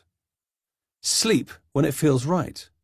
Exercise when you need it. You may notice that it's different through the seasons, as well as for the varying activities in your life. It takes a few days to get into the rhythm, so just go with the flow until it clicks into place. The payoff. Our modern way of living is not necessarily the most natural to us. The 5-day work week is a recent construct. Sleeping once a day is also a relatively new habit when you look through history. By challenging some of these established structures, we may find a rhythm that suits us better. Often, autopilot kicks in because we are out of state, energetically unbalanced. That is usually because we are fighting our energetic systems. When we work more sympathetically with our body clocks, we will find it so much easier to be in state, energetically aligned, and therefore to wake up. Although we can't always dictate the times of our living, by tuning ourselves to work on our own clocks, we can plan with more awareness and therefore give ourselves the best chance to be conscious more often. Live on just $5 a day. The insight. If you are reading this book, the chances are that you are amazingly affluent compared to much of this world. If you are concerned about raising your consciousness to lead a better life, it is unlikely that finding sufficient food and water and shelter are pressing issues for you. It's sometimes easy for us to disconnect from some of the bigger and harder choices that others experience on a daily basis, because we are lucky enough not to have to. We all know the statistics that are quoted ad nauseum. 1% of the world's population owns 50% of the wealth. 95% of people earn less than $23,000 a year. Up to half of the food we produce globally is lost or wasted. Even if we saved 1/4 of this, it would be enough to feed 870 million hungry people in the world. We know things have gotten pretty badly skewed out there, but can we really appreciate just how well off we are?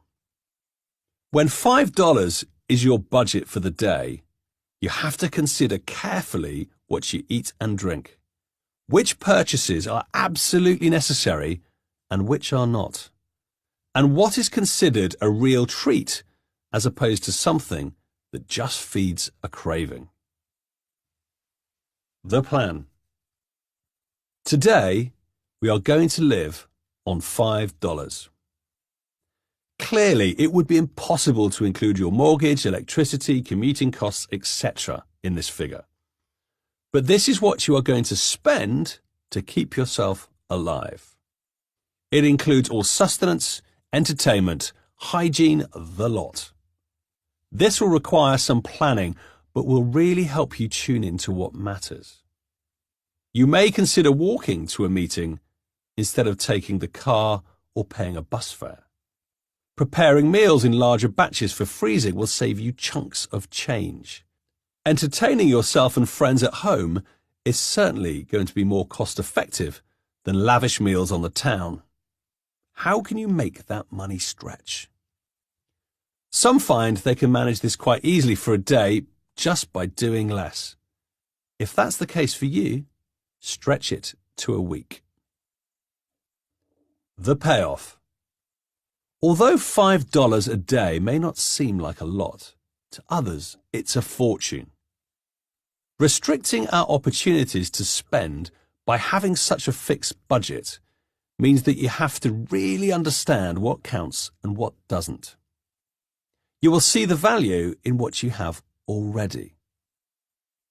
Most of the time we are cushioned from tricky decisions because we know they're not that important to us when we have abundant choice. When that choice is limited and it becomes a little more painful, we have no option but to be more conscious of who we are and how we are living. Although this may be an uncomfortable wake-up for some, it can also be an amazingly liberating experience. There are people who have money and there are people who are rich. Coco Chanel. Write a song. The insight. Unfamiliar creative challenges will naturally engage us in a unique way. If we keep doing what we've always done, Autopilot will stay firmly in control. If, however, we shake things up and push ourselves to self-express, we can't help but wake up. Writing something that has no restrictions or rules and is innately personal helps us click into a different level of focus and presence. The best artists, musicians, and dancers have an ability to drop into a space that gives them real depth of attention and a highly sensitized state of mind, versus the numbness of Autopilot. The plan. Your challenge this week is to write a song. We are all innately creative, and I believe we all have amazing songs within us. My son Harvey writes songs constantly. He is 10 and has yet to learn that we should find it difficult or leave it just to the talented. You don't have to be musical to write a song. You simply need to be able to hum a tune and put a few words to it. You can start with a rhythm, a lyric, or a riff. Whatever. It's a game to play, not a tax return. One of my friends is a songwriter and he always starts with a simple idea and builds around it. By the end, that starting point may well have been discarded, but no matter. It got him going. Some of these songs will not work and they will sound comical, but some will have genius within them and will fill your soul when you sing them. If you feel compelled, record it into your phone, or even better, sing it to someone you love. The payoff. Creative acts are as necessary for humankind as food and water. Our creativity is often stifled, but it can never disappear. By having some fun with it on a project that has no pressure, we can see how brilliant that genius can be and realize it can also get it wrong. Experimentation is the fuel of life. Trying things out and seeing how they work is what we should be doing every day, rather than doing the things we know are safe. Little experiments with our creative side keep us awake and make life spectacular. Stand up. The insight. 100 years ago, only 10% of us had sedentary jobs. Today, it's 90%, and it's becoming a big issue for our health and our energy. More people will die from diseases caused by lack of movement than from smoking this year. When we don't move much, Autopilot takes over, as being sedentary is where our subconscious brains feel most comfortable. If you want to wake up, move. The plan. This week, when you are working, be that in an office or in your home, spend as much of your time as you can standing up. I am standing as I write this, and I find it really helps my energy and focus. At my company, Upping Your Elvis, we often hold meetings while out walking. They are far more productive and much more fun. Plus, we get to see squirrels. Some folk find that smartwatches that monitor your movement are great ways to make sure you're not static for too long. If that works for you, then great. Do what you must to get a wriggle on and not slump at a desk. The payoff. Small amounts of regular movement help us keep the conscious brain firing. We all process kinesthetically and therefore find it much easier to think when our bodies are fluid. I have a standing desk in my office and it has made an enormous impact on my work. I will never sit down to think again. The benefits of standing include reduced levels of fatigue, tension, confusion and depression, and more vigour, energy, focus and happiness, all of which will make it much easier for you to be awake for much more of the day. Say yes. The insight.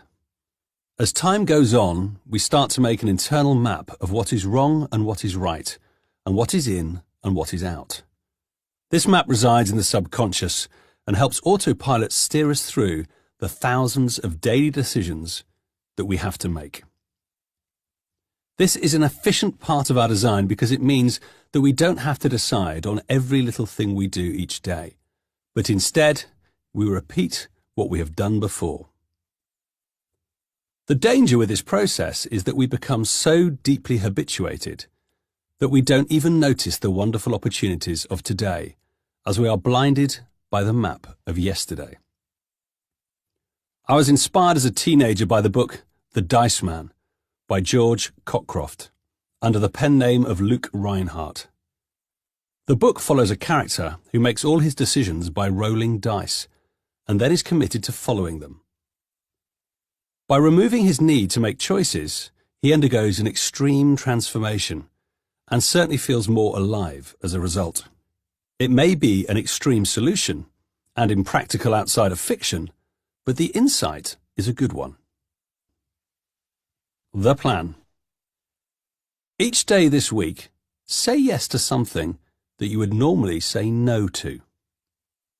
It may be something as simple as going to lunch with folk at work who you wouldn't usually socialise with. It may be that instead of walking past the cinema as you do most days, you pop in, grab a little popcorn and enjoy a matinee. Sometimes the doleful eyes of the child struggling with their math homework at 7 p.m. after a long, hard day is just the invitation for help that we should take. I tend to find that the best things to say yes to are the ones that create a strong reaction in me. That reaction could be excitement, surprise, nervousness, or even rebellion. It doesn't matter as long as it wakes us up. The payoff. There are opportunities around us every single day to which we are blind.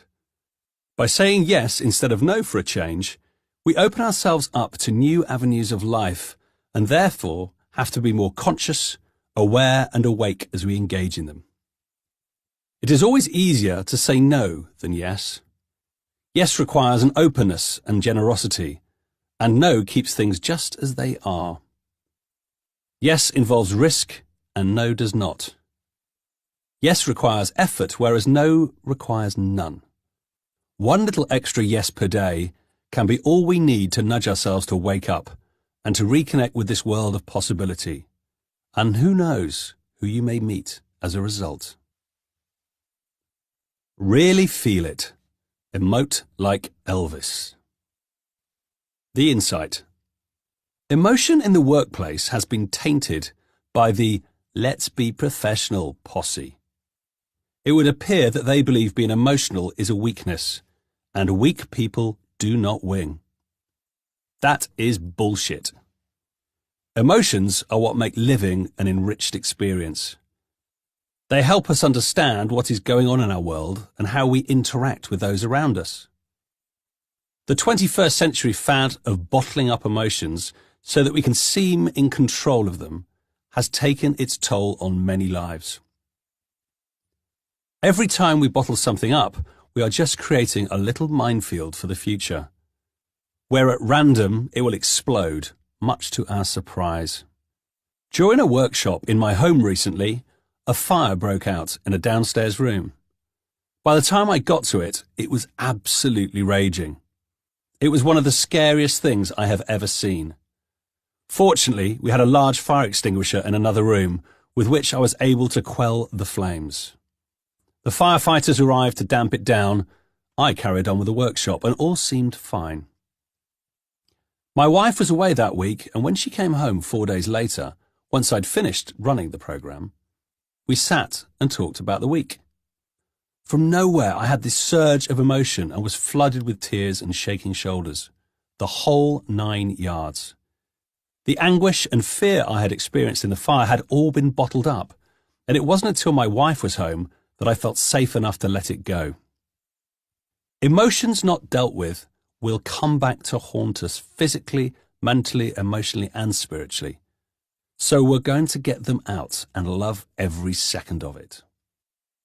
Do not apologize for crying. Without this emotion, we are only robots. Elizabeth Gilbert. Eat, pray, love. The plan. This week, when you notice that you are feeling an emotion of note, i.e., one that grabs your attention, instead of tucking it away and just powering through, truly engage with it. Find space where you are comfortable, close your eyes and take a deep breath, and properly feel that emotion. If it's a happy one, you will notice that you naturally smile. Equally, a sad emotion, when engaged with, will naturally bring some tears.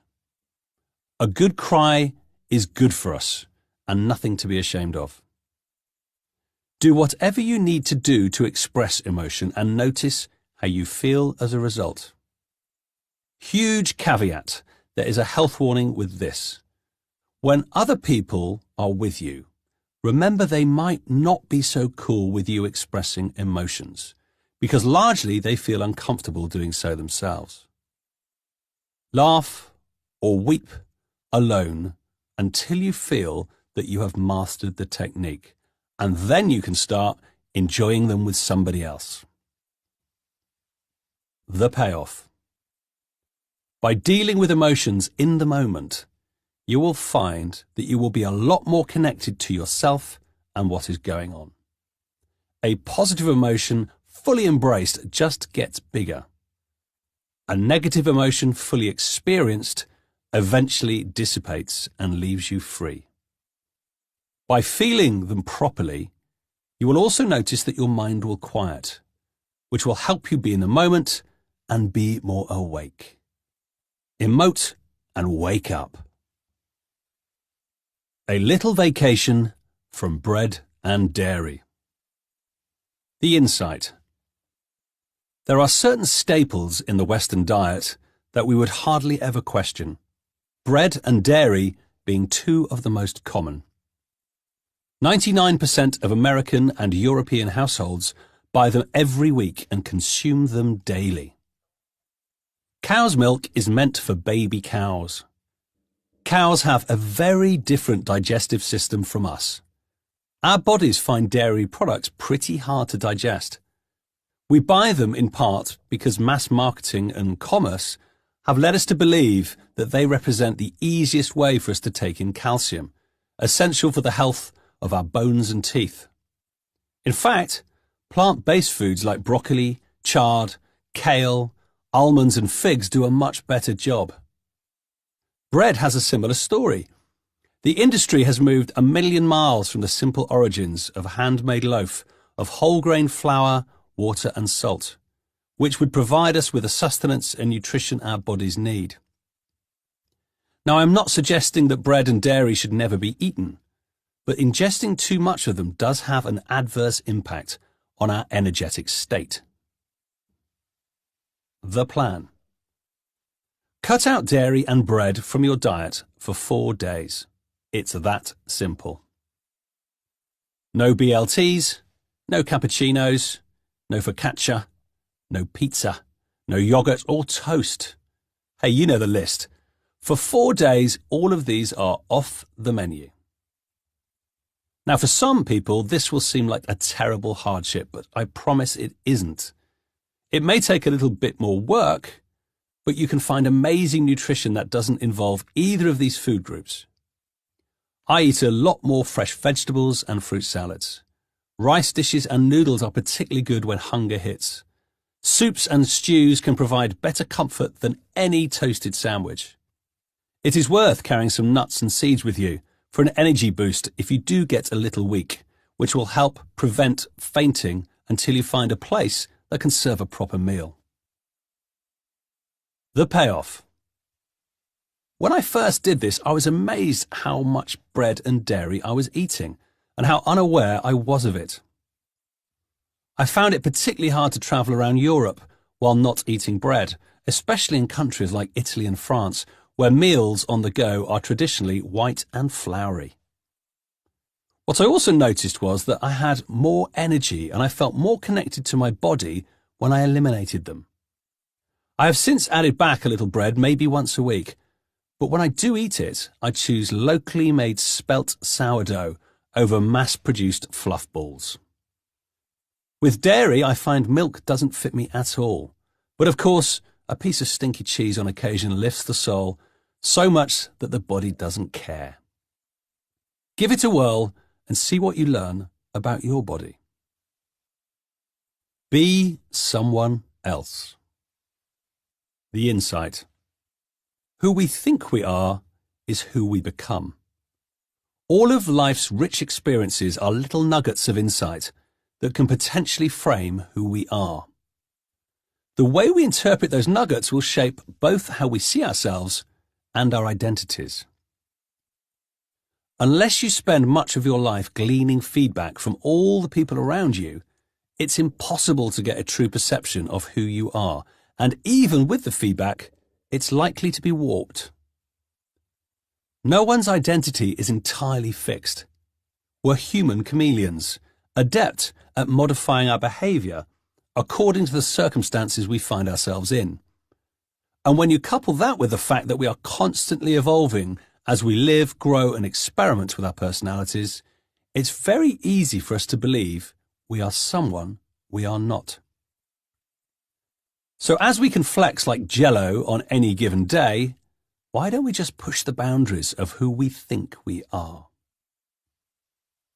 The plan. Today, be someone else. Spend some time thinking about who it is you would like to be. The best characters are those that give us something back. Maybe you'd like to play with a little extra mischief. Maybe a little extra drama. Maybe some more flamboyance. Or maybe just a little bit more I don't give a shit. As long as it gives you a kick, it's worth playing with. It could be a made-up character, one from a film or book, or someone from your past. Imagine their lives and how they react to the world while playing out some scenarios in your head. How do they carry themselves? What would they wear?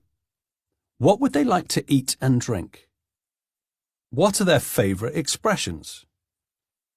Get inside their skin a little in preparation for stepping onto the stage.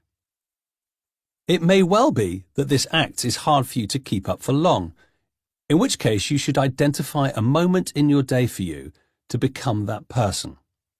Maybe on the way to work would be a good time to experiment, or when you go out shopping or out for lunch. If their character fits well, wear it for longer and see what happens as a result. The payoff.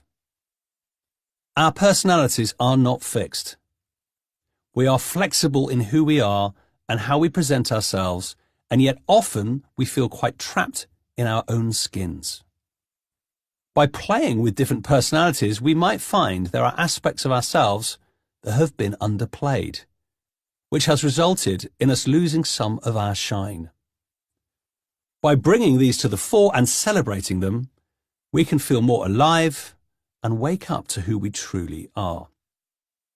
It's hard to take ourselves too seriously when we're putting on a show.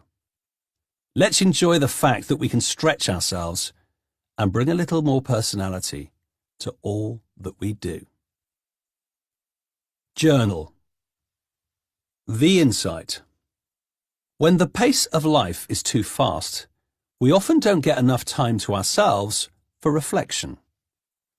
Reflection is how we make sense of our experiences. Without time and space to do that, perceptions get warped and the connection we feel with our lives can become blurry. By writing things down, we clear our minds of some of the noise. We slow our brains down and we change our relationship with the things about which we write. When things are written on a page, it changes our perspective, compared to when they are in our heads, swimming around like goldfish. This disassociation can give us power over our thinking like no other. The plan. Each morning this week, find a space to write your journal. As near to when you wake is best, as our minds are clearer and hence more creative then. Begin writing and just freestyle. Don't worry about grammar or syntax. All you need is some paper and a pen and a cosy spot that is quiet and good for a ponder. Your bed is a good, comforting place. Even better if you have prepped it the night before with pen and paper to have at hand and start writing as soon as you wake. Close your eyes, take a deep breath so you feel truly present, and then write down anything that comes into your head. Don't edit yourself, just let it flow. Some of the things that you write might be absolute nonsense. Some things might not be true, and some things might sound pretty dumb. Don't worry. Just keep on writing. Once you have written for a good 10 minutes, take a moment to pause. Read it through if you like, but if you do, make no judgment on its quality. We are not expecting Proust here. Just mull over what you have created. The payoff. By creating some time for yourself to connect with what's going on with you in this amazing world of ours, and by giving yourself the chance to self-express in a way that is not critiqued, you will find you are more clear, grounded, and dangerous as a result. I say dangerous because most of the time we are like a beautifully built fire that is yet to be lit. It may look great and have wondrous potential, but it's pointless. Clarity gives us edge, and edge helps us become way more shiny. Checking in with yourself provides the kindling that helps you light the fire every day. It guarantees that you focus your time and attention on what matters and not just on what seems most pressing. You'll also find that when you listen to your subconscious and its creative outpourings, you will find it easier to think in new and innovative ways to explore all aspects of your life. Steal back time. The insight. Far too many of my clients seem to have no control of their own time. Much of the blame lies with shared calendars, or at least the bad use of them. If you're not in control of your time, you are not in control of your life, and it becomes super easy just to switch off and live on autopilot as you bounce from one meeting to the next, never really having to take responsibility for any of them. It is a comfortable way of letting the days drift by, but it's certainly not the ticket to an awakened state and a more extraordinary life. The plan. Each day this week, I want you to steal back some time from your calendar. It might mean cancelling meetings or fabricating new ones that aren't actually happening. You might seek favours from friends so they pick up the kids. You might decide that this week the house doesn't need to be spotless, and that its Thursday clean can slide just a little. Perhaps just before that business dinner, you'll feel a little bit fluey and decide it's better for all if you don't pass on any potential germs.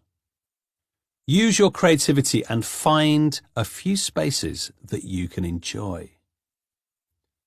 The key to making this work is to make sure that you do not fill the spaces with anything other than stuff for you. You can do anything with that time as long as it fills your soul with joy or helps you connect more to yourself and the world. There is no point in stealing time if you let it be repossessed. Keep it, make it yours, and relish the freedom and space it offers you. The payoff. When we act more consciously to decide how we spend our time, we naturally create space to move from autopilot into a more awakened state. By doing so over 1 week, you will realize how much of your time seems to fill automatically and how much of it is wasted as a result. Be ruthless with your commitments, and then when you do give your time, give it generously with your full attention and focus, and you will find that you have started to wake up more and more every day. Lost in music. Throughout the 1990s, a psychologist called Alf Gabrielson collected accounts of strong experiences related to music. Here is one. I was filled by an enormous warmth and heat. I really swallowed all the notes that were streaming out in the air. Not a single note, effect, or sequence missed my hungry ears. I was captivated by each of the instruments and what they had to offer me. Nothing else existed. I was dancing, whirling, and really gave myself up to the music and rhythms, overjoyed, laughing. Tears came into my eyes, however strange that may seem. Before, I was in a very bad state, depressed. It was during the most critical time ever in my life. I found it hard to get on with people and had to really exert myself to be able to get to grips with things. Afterwards, I was bouncy, giggling, lively, and filled with deep joy. It was so bewildering that it almost felt as a salvation. Powerful stuff. Be lost in music. The insight. Listening to music has a huge impact on the way we feel. It can synchronize our brain rhythms and therefore directly influence our emotions.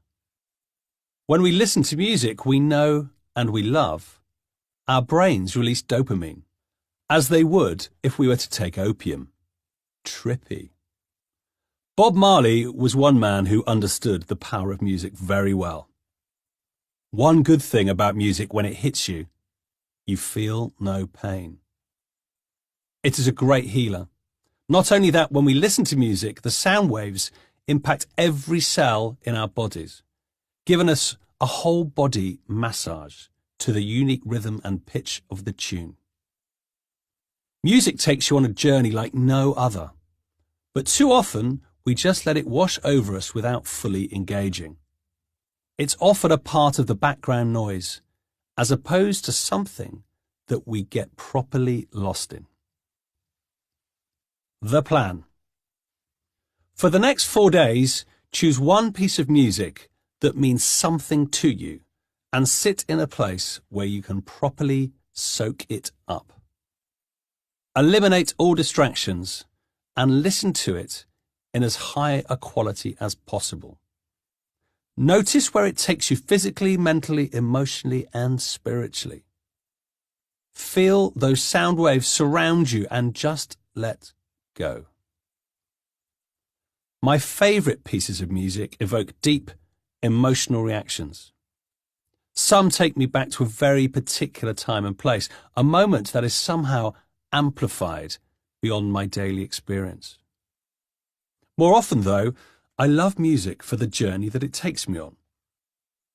If it's a piece that I can best appreciate only on my own in a quiet room with my eyes closed and the volume jacked to just the right level, then I know it's something that somehow touches me in a magical way. Those are the pieces that I want you to play with. For me right now, I can't get enough of Sufjan Stevens. I put on Carrie and Lowell and off I go. The payoff. Music is most often used to regulate our emotions. When we are in a bad mood, it can get us out of it, or allow us to wallow in it. It can accentuate what we are feeling or help dissipate it. Regardless of where it takes us, it can help create dramatic swings in how we are feeling. By immersing yourself fully in a musical experience, you will notice that your emotions will be heightened and your imagination primed. This state can be a wonderful anchor to connect back to consciousness and to leave the world of busyness behind. In 5 minutes, you can feel as if you have been to a spa for an hour and can come back rejuvenated with a much clearer sense of how you want this day to be and ready to experience more shine. Make a cup of tea. The insight. When I asked a friend once about his top tips for properly being present in the moment, he said, "When you do the dishes, do the dishes." What he meant was that when we are doing menial tasks, we often become lost in a world of imagination and conjecture. We aren't living in the now, but imagining the future or indulging in the past. Our minds love to fantasize about what we're going to do next weekend, or how we should have told the boss exactly what to do with this week's report. Autopilot is in full control at that moment, and therefore we are neither awake nor aware. The plan. We are going to do one of the simplest tasks with absolute focus and awareness. We are going to make a cup of tea. Ceylon, Earl Grey, green, dandelion, or whatever tickles your taste buds. Simply tune in to the moments that help make it. Notice how your arm moves towards the tap. You turn on the tap. The water flows. You move the kettle to fill it. You turn off the tap. You flick the switch or light the gas. You cross to a cupboard and open the cupboard door. You select a cup and carry it to the kettle. The kettle comes to the boil. Your fingers lift the tea bag and drop it into the cup. You pour the water and watch as the tea infuses, leaving it for as long as is necessary. You carefully lift out the tea bag and add milk, or lemon if required. Hopefully no sugar.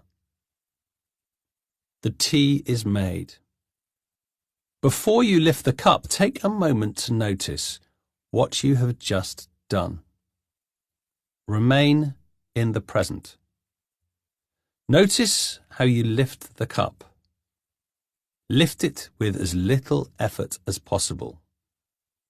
Notice your feet on the floor. Drop your shoulders. Smile.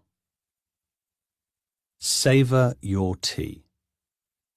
Drink as if this is your first and your last cup of tea. Repeat during the day and at any time in your life. The payoff.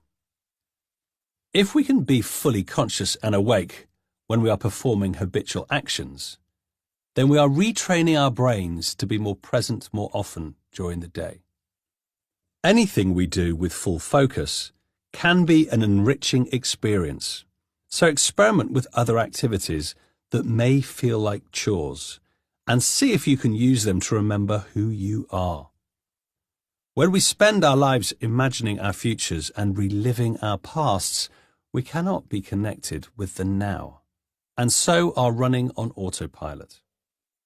We must learn to wake up when doing things that would ordinarily be mundane, so that when we are doing things of real importance, we can flick the switch on so much more easily. What I love, hate about me. The insight. Most of us are far too self-critical, and we listen far too much to the little voice in our heads. There is always a reason why we are not perfect, good-looking enough, smart, good, fit, funny, and so on. And we can spend our whole lives looking for evidence to support it. If you look hard enough, of course, it will be there. That life sucks. It is driven by the subconscious, which has an inbuilt negativity bias, and therefore we can only see the bad. It has been developed as a survival technique, but as we know, in modern society, spotting the danger in everything is no longer helpful. Many years ago, I went on vacation alone to Mexico. It was a pivotal moment of my life when I decided to find some space to think about who I was and who I wanted to be. As part of my exploration, I learnt that in order to be fully present and connected, I needed to embrace my shadows as well as my light. The plan.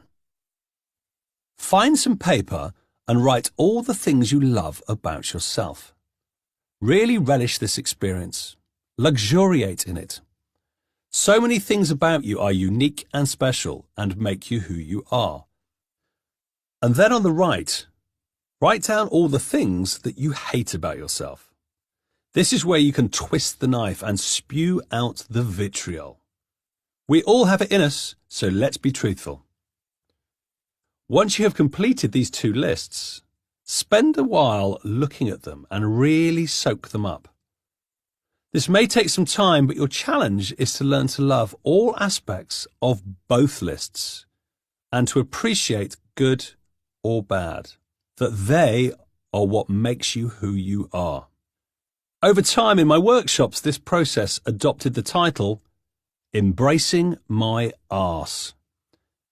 This quite simply happened because of my inherent childish humour, also incongruously part of my arse. The title makes me smile every time and hence speeds the acceptance process along the way.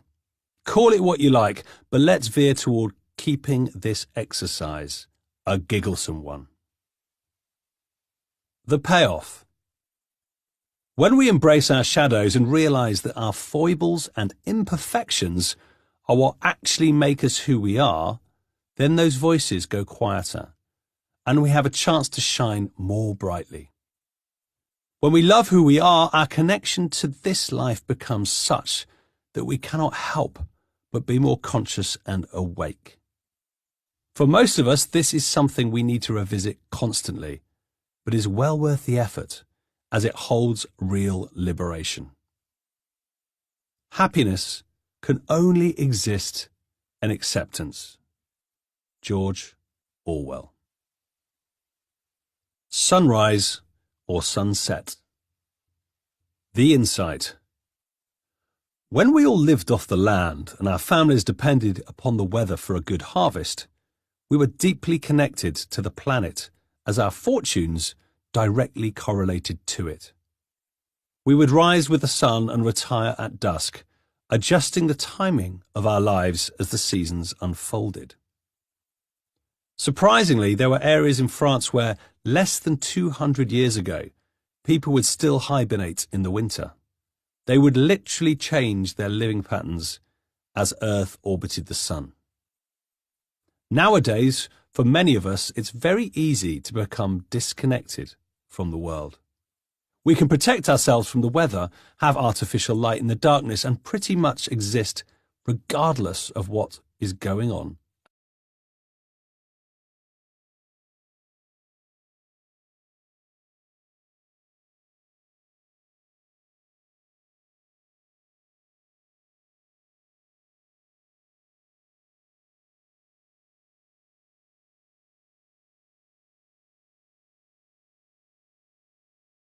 outside.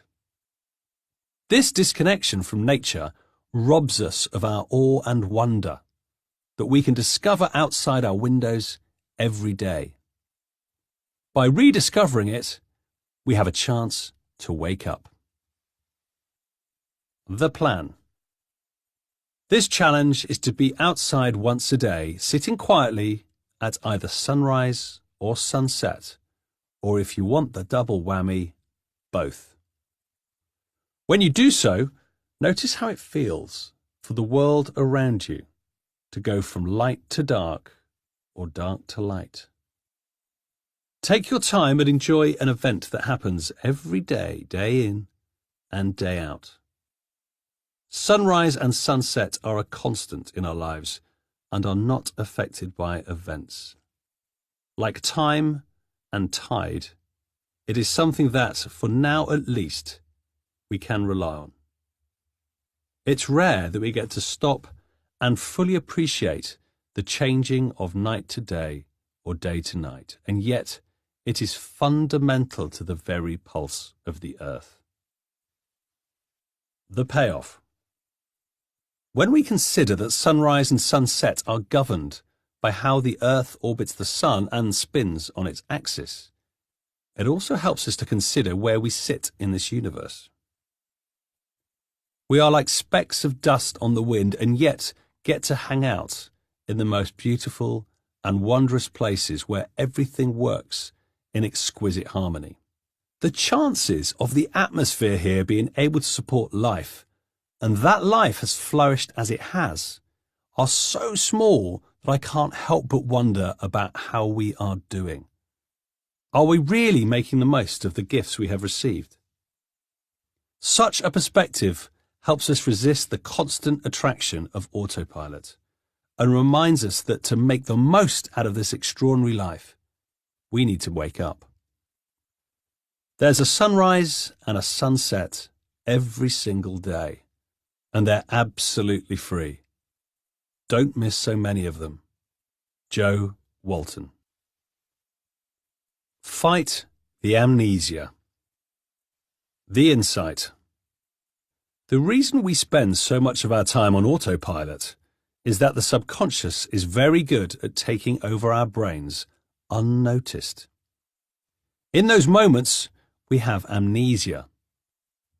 When I spend chunks of time gazing out of the windows of planes and trains and taxis, I often have no memory at all of time passing. I am so lost in my thoughts that I have no awareness that autopilot is on, and I am in a state of dreaming. We may experience peak states of connected consciousness while swimming with dolphins, dancing up the Himalayas, or sitting quietly with a friend. However, we forget that this state is also available to us every moment of every day. When we return to our busy, hectic, everyday lives, the amnesia takes over, and once again, autopilot kicks in. Louis Oosthuizen, the South African golfer, used a simple little trick to get his focus back and stop his distracted brain from undermining his performance. He placed a simple red dot on his glove and would focus his attention on it when he was about to swing. This helped him create the right state to perform well. It was so successful that it helped him win the British Open in 2010. The plan. To remind ourselves of what is possible, and to remind ourselves to be awake, we need a helping hand. In fact, in this case, our own helping hands. Today, either put your watch on the other wrist or draw a flower on your dominant hand. It will be wobbly, but don't worry. Every time you notice the watch or the flower, take a moment to sit straight, breathe deeply, and put a big smile on your face so that you connect with who you are in that moment and in that place. It takes about a week for most of us to make this a habit. So if you enjoyed it for a day, keep going, and soon it will be part of who you are. The payoff. Every time the watch or the flower catches your attention and sparks a moment of self-reflection, deep breathing and awareness, you will find yourself kicked into waking up. The more you do this, the easier it is to go back to that awake feeling, and the less time you will spend away on autopilot. Simple structural reminders like this make a huge difference in fighting the amnesia, and we really need them, as there are so many other influences such as television and social media that are designed to induce autopilot. Digital detox. The insight. Nowadays, you can't read a newspaper without seeing another piece of research about how our lives are being impacted by technology and that we need to learn to manage it better. We know technology is essential to human advancement and is vital to us being better custodians of this planet. However, humanity is easily distracted. Therefore, our relation with technology needs to be relearned. Every time we hear a ping or feel a vibration, we get a little release of dopamine in our brains, making resistance to looking at our devices futile. Is it any wonder that we check our smartphones on average 221 times a day? Recent research found that 80% of millennials look at their phones upon waking. This addiction is a strong one. As a result, our cognitive processing has become shallower, and we have become so distracted that we play directly into the hands of the autopilot. Digital devices are modern-day tranquilizers.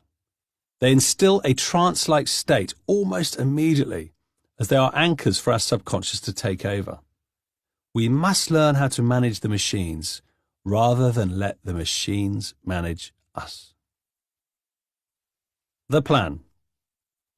You have two choices depending on how far you want to take this. One is easy, the other slightly more demanding.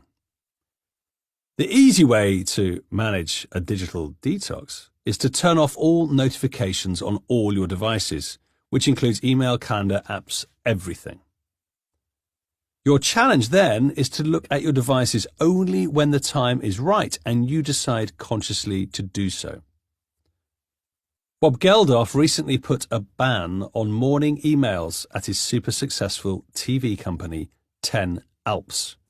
Every email received gets a message saying that the sender's query will be dealt with after 2 p.m. I employ these people to have ideas, he says. What's the point in having a company of secretaries? Work out which part of your day is most useful for you to connect to the digital world and limit yourself to just those moments. For those wanting to go deeper into the detox, I would challenge you not to use anything digital at all for 4 days and see how you feel as a result. That will be a proper de-digification. The payoff. By managing the way you interact with the digital world, you will take control of your attention and focus, and therefore find it much easier to stay conscious and awake. Remember that those devices put you on autopilot, and that you should use them only when necessary.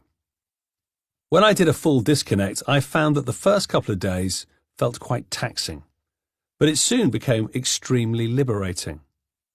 My phone once broke on a business trip, and I had no way of getting reconnected for over a week. It turned out to be a fabulous break, and taught me that technology is our friend when we consciously use it, and not when it uses us. Give it some chant. The insight. Sometimes the things that feel the weirdest are indeed the best. Chanting is a much underrated beastie in the West, and yet has been the spiritual grounding for thousands of people. Sound has been used since the start of time, both literally and metaphorically, to generate different moods in people.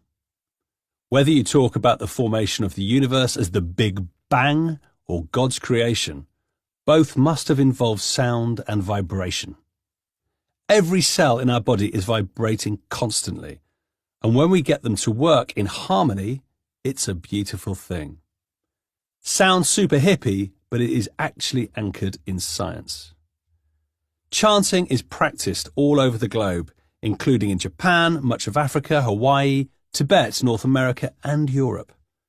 And in various guises, remains one of the most colourful aspects of most major religions.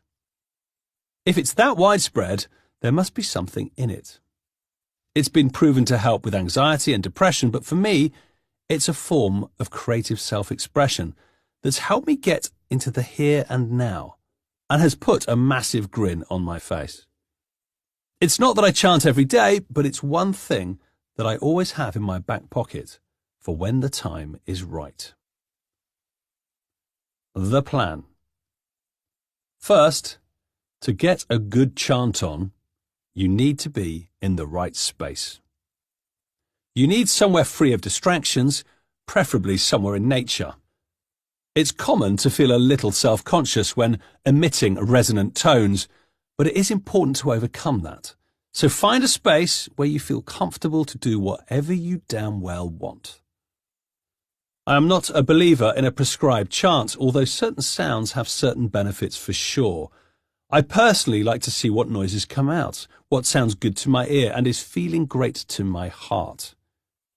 This isn't about nailing the perfect Gregorian chant or even the tuneful Buddhist mantra of Om Mani Padme Hum, but getting your own sound into the world. Don't be afraid to experiment. Throw out some sounds and see which ones capture your attention and are fun enough to keep repeating. Lose yourself in it until you feel it has taken you far enough. If you're stuck, try some wah wah wah wahs or some shucky shuck shuck shucks. I sometimes begin with some fucky fuck fucks until my head clears and more positivity is emitted. No rules, just find what feels good and repeat. The payoff. Once you make chanting your friend, you will find that it can take you to a different space very quickly. The resonance in your chest and head has a very particular effect, depending on which notes and sounds you throw out. When you hit the one that is right for you, you can become extremely well connected with yourself and what's around you, and profoundly awaken in a very short time. If you don't quite get the spiritual nirvana, fear not. Chanting often has the wonderful side effect of triggering a good laugh. Climb a tree. The insight. The simplest of pleasures are often the richest, and yet the way that we lead our lives means that we commonly detach from them. As we age, our lives naturally become more complex. We have ever more and varied responsibilities, so cannot help but fractionate our attention. We rush from one task to the next, juggling our work and home lives, being with our families, getting the shopping done, servicing the car, preparing meals and organising the kids. Even fun stuff like planning next year's vacation can leave us feeling dissatisfied. The more functional each action becomes, the more time pressured it feels. We have lost the twinkle in our eye. As children, we could find joy in pretty much anything. Cardboard boxes provided hours of entertainment. We loved to escape into our own little worlds created through fantasy and the purest joy. This challenge will help us reconnect with that ability and help us feel more alive and exhilarated. The plan. Find a tree and climb it. Trees have been in existence for 370 million years, and with around 3 trillion mature trees growing in the world, each one certainly has a story to tell. Some scream out, "Climb me!" and some don't.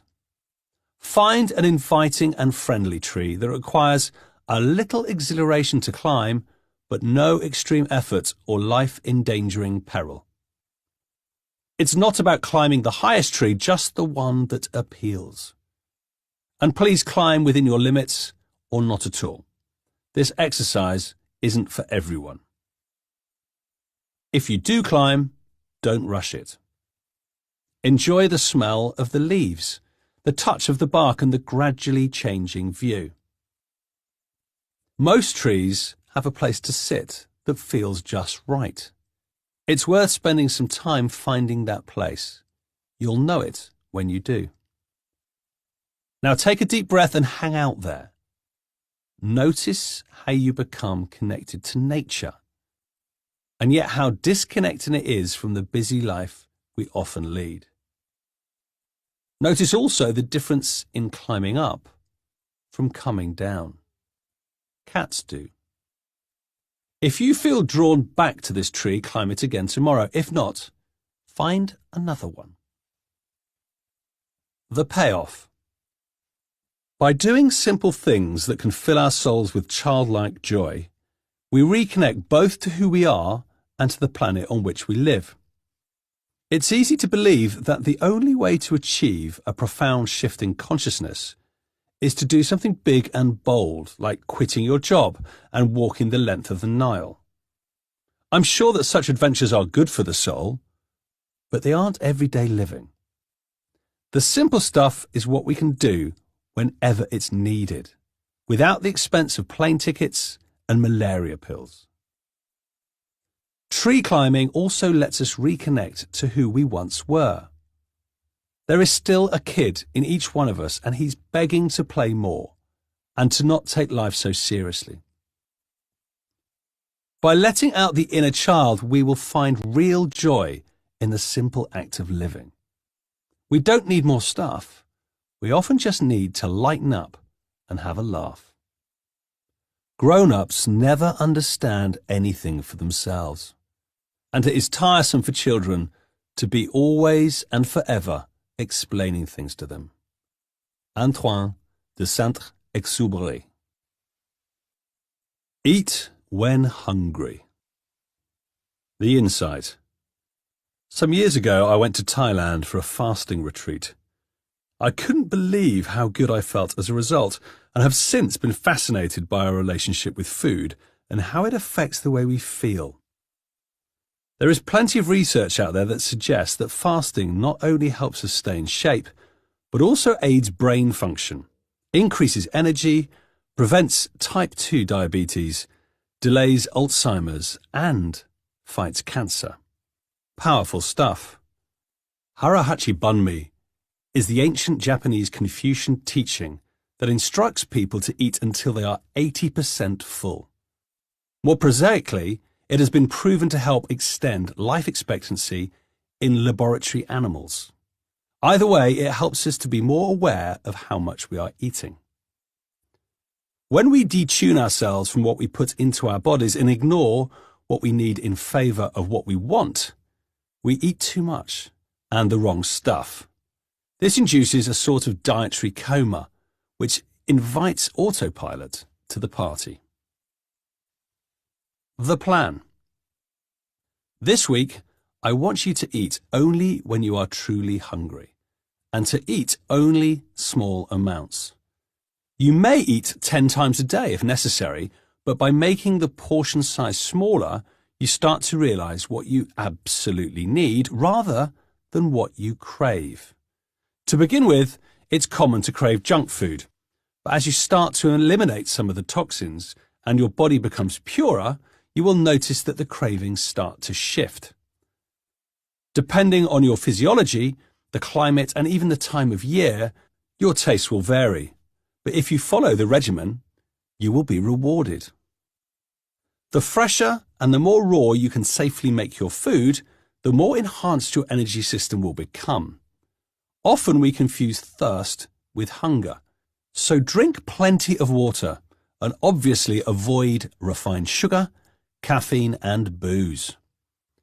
Keep in mind food guru Michael Pollan's words. Don't eat anything your great-grandmother wouldn't recognize as food, and all will be well. If you have or are susceptible to an eating disorder, you should not attempt this experiment. The payoff. When we are more aware of what we need to fuel our system, we will make sure we put the right energy in to get the right energy out. Overeating and eating sugary foods will create a state in which it is very challenging to remain awake. Overeating numbs the mind and sugar overstimulates it. Either way, it kicks you out of balance. By holding high standards for what you consume, you will naturally become more conscious and find it a key contributor to waking up. Untold story. The insight. I believe that we all have a story that needs to be shared. It's a narrative that explains both why and how we have become who we are. Your personal story is the one that you wouldn't ordinarily share. Yet we subconsciously return to our stories every day as a means to explain how we show up in the world. Much of our lives have passed without the chance of great reflection. It is difficult when you're busy to step back and appreciate experiences for what they are. And because of that, these stories we tell about ourselves can grow into mythical beasts without us even realizing. Yet they have a direct impact on how we live and how brightly we shine. I know a girl who believed that being dumped by her boyfriend before her exams resulted in her not getting to the right university, not getting the best job, therefore not having the best life, and therefore not trusting men for the rest of her days. Turns out the story isn't quite true, as it got embellished by her in her head over time. It helped her make excuses, but not make an amazing life. The plan. This week, think about a story you have never told. A story that somehow has a bearing on who you are today.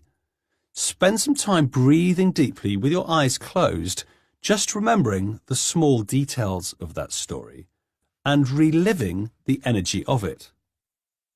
Once you have reconnected with that story, find somebody in your life who you trust and tell it to them.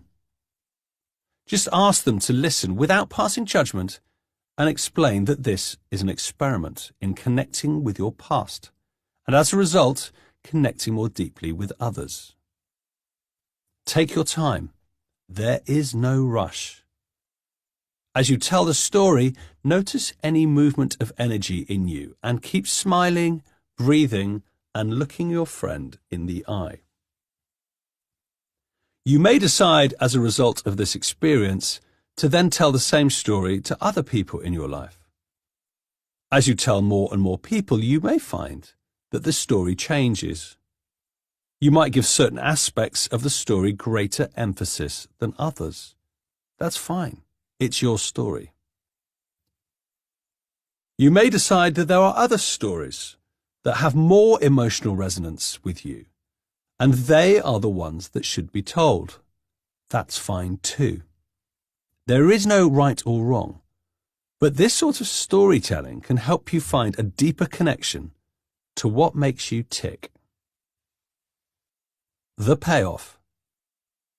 Our stories can act as liberators or incarcerators.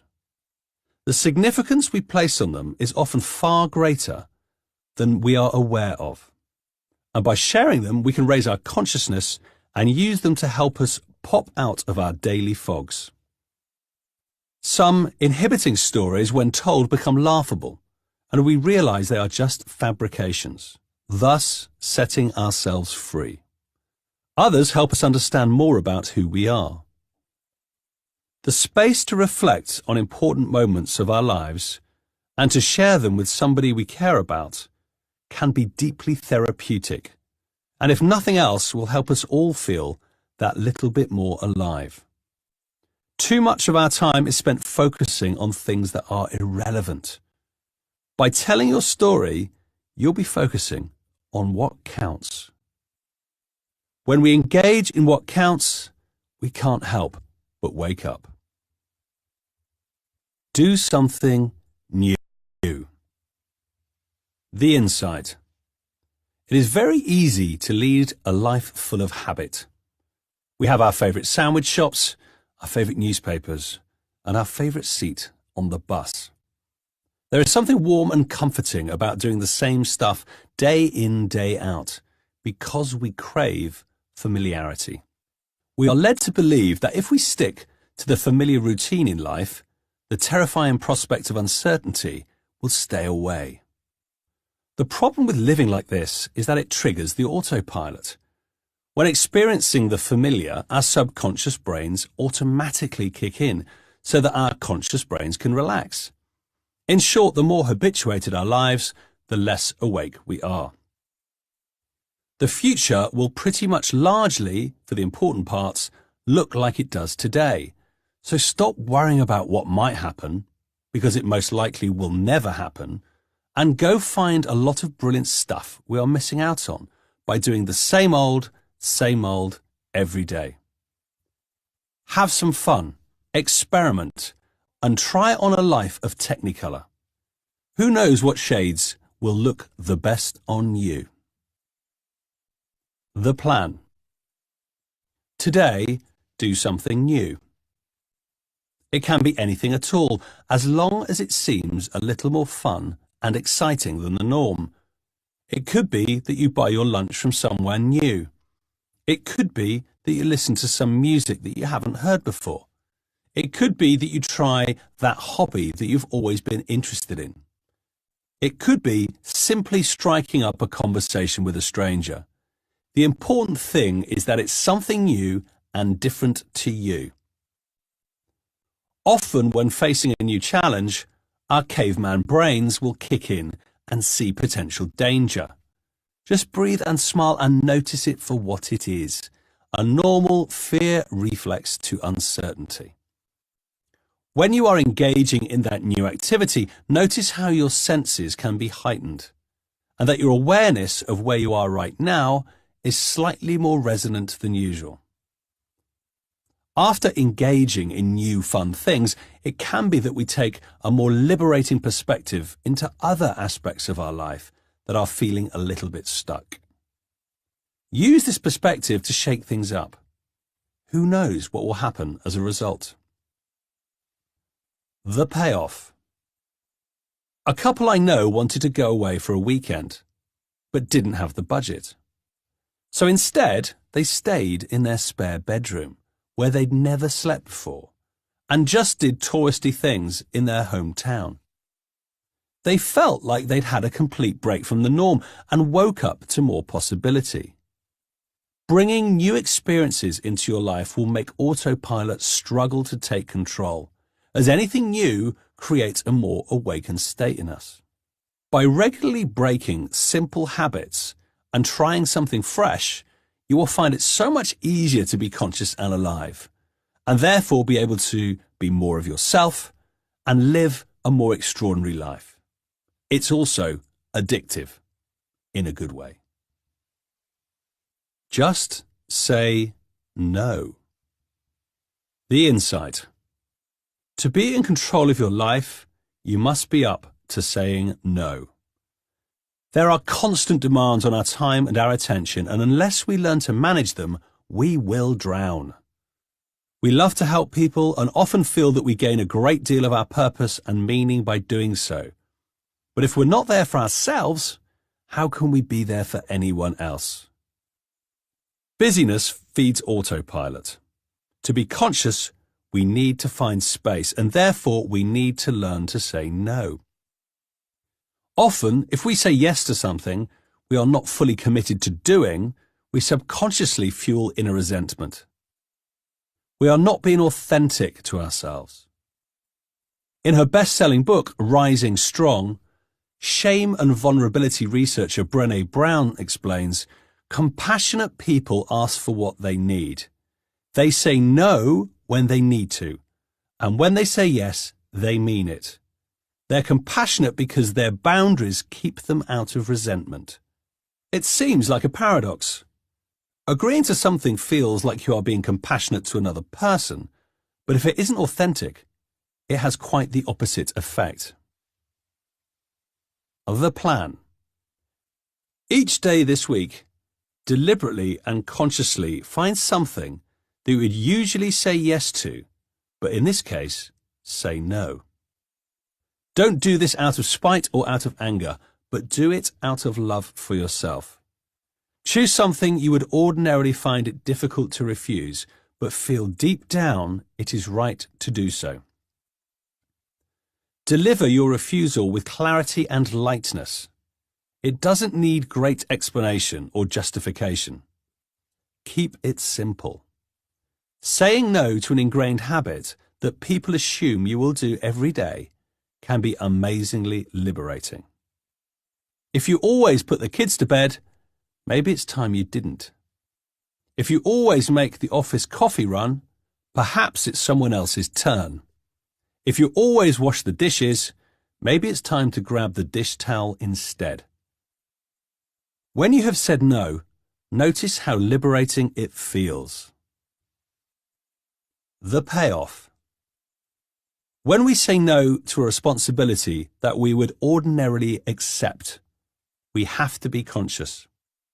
We are also building more time into our lives so that we can be more awake. When we say no, it gives us space to say yes to ourselves and to others with all our hearts and not through duty. Dance. The insight. I used to lead a team of the most extraordinary people.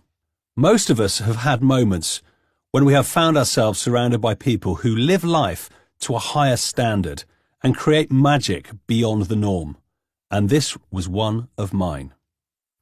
When I tried to understand what it was that united the team, my analysis was found wanting. The only thing I could find that everyone loved to do, especially when together, was dance. Many studies have shown how great dance is for us, not just physically, but mentally, emotionally, and spiritually. But frankly, you don't need to know the research, as this is something nearly all of us have personal experience of. We know how good it feels when we put on just the right tune and lose ourselves in dance with complete abandon. Dancing is life and is a practice that unites all humanity. The plan. This week, find some time to get your boogie on. Sure, you can go clubbing or hit a party, but weirdly, there is something also deeply satisfying about doing a strut and a wiggle on your own. Find 10 minutes in your day, choose a tune that makes you tingle, crank it to 10 and lay out some moves that bubble up from within, caring not one bit what anyone thinks. This ain't about looking good or being cool, this is about shaking it out for the hell of it. The payoff. To begin with, it may feel a little strange to dance on your own, but once we overcome the internal judgments and the little nagging voices in our heads, it just feels good. When I am stuck and finding it hard to have fun because life feels just a little too serious, one of my best antidotes, I know, is to put on some Sly and the Family Stone to show me the way, and then my body has no choice but to join in. Once you have mastered dancing on your own behind closed doors, feel free to break out some moves spontaneously when the mood takes you. Add an hour to your day. The insight. One of the most frequent comments I hear from people is they are not living the lives they want because they don't have enough time. It may be that they don't read enough, exercise in the way they'd like, or practice the piano as often as they should.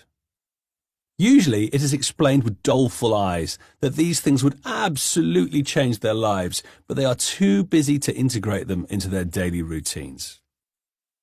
Time has many definitions, some controversial, others widely agreed upon. Relatively uncontroversial definitions are: time is what clocks measure, and time is what keeps everything from happening at once. Once we grasp the fact that time is a perception that we can control, we realize that when we don't have time to do something, it's because it's not important enough to us. The ancient Chinese philosopher Lao Tzu explains time is a created thing. To say I don't have time is to say I don't want to. The plan. This week, let's find out exactly which hobbies or activities would really make a difference to you in living an extraordinary life, and those which are just misshapen dreams. There is a little pain involved, but I think you'll find it will deliver multiples of pleasure. For 4 days, try waking up an hour earlier and do one of those things that you wish you had time for. Fully engage in that activity for 60 minutes and enjoy the fact that you're stealing some time to do something that could fill your very soul. You could repeat the same activity for all 4 days or try a different one for each. The choice is yours. The key to this is to make sure it's something you feel you would love to do, not just something you feel you ought to do. The payoff. At the end of the week, you will then be able to deduce whether what you've been doing is something that you have to do in your life because you find it enjoyable and fulfilling, or whether it's not as important as an extra hour's sleep, in which case you can take it off your list. Either way, you will now be better informed about what you truly need in your life. Excitement and gratitude. The insight. It is common for us to find life a blur and to disconnect from the highs and lows. The pace of life and our divided attention all contribute to the blending of our experiences. To wake up, we need to tune in to what is happening to us every day. Excitement is part of our fuel and makes us feel more alive. Gratitude has recently been researched extensively and has been shown to improve both sleep and positivity, as well as physical and psychological health. It's a one-stop shop for getting us geared up to living a great life for sure. The plan. Each morning for a week, when you wake up, write down 3 things happening that day that you are excited about. Perhaps you are looking forward to catching up with a friend, anticipating the next chapter of a book you are enjoying. Have made time to hit the gym, or even finally have a chance to sit down with your boss and plan the next quarter. Each evening, write down 3 things that happened that day for which you feel grateful. Take a moment to ponder the day and pull out the highlights. Did you have a proper conversation with your daughter on the way to school, or land a new piece of business? Or wake up refreshed from a great night's sleep? Or find that old mixtape, the very best mixtape ever made, ever? Or finally finish Infinite Jest? For some people, sharing these lists with their loved ones helps accentuate the emotions and makes the experience even more conscious. Try it and see for yourself. The payoff. Every day is unique and special, and every day can hold amazing experiences if we seek them out. When they all merge together, it's hard for us to find those little nuggets of joy. By attuning ourselves to what we are excited by, we increase the chances that we will make them happen and will be energetically ready to actually be excited. Gratitude is key to happiness and to breaking us out of autopilot. When we are grateful, we naturally connect more to ourselves, to others, and to the planet. When we take things for granted, we don't have the same moments that jolt us into consciousness, as each moment can feel expected and too familiar. Gratitude, by definition, means appreciating the uniqueness of our experience more deeply. and is therefore emotive. When it's felt, it creates a visceral reaction in us and helps us wake up with big smiles on our faces. $50 million. The insight. People often hold themselves back from achieving their dreams by making up excuses. If only I were taller, prettier, better at math. If I just could have gone to Harvard, sold my house at the top of the market, got that promotion, invested in Snap Inc., blah, blah, blah. The truth is that we have everything we need now within our grasp to make our lives extraordinary. However, it is much easier to keep living the life that we lead now and blame the circumstances than to step up and make the change. Because with any change, there's implicit risk, and our caveman brains aren't too pleased with that. We therefore stay small and keep whining about our lives. Today, we will change that. The plan. I would like you to imagine that you have just won $50 million. You now have no limitations as to how you choose to spend your life. Close your eyes, take a deep breath, and think about what it is that you will do with your life now. How will that money change you? Dream a little and get lost in the fantasy. Our first impulses are often about where we live and our houses, our cars and our vacations. But I want you to explore a little beyond that as to how you would spend your days rather than your cash. When you have unlimited choice, how do you want to pass your time? What joys do you bring into your life when everything is possible? Make a list of all the things you would do. Don't hold back. This is a time to dream. The payoff. I often find when people carry out this exercise, when they dig deeper into how they want their quality of life to be, they realize those things don't need $50 million. They can be achieved now.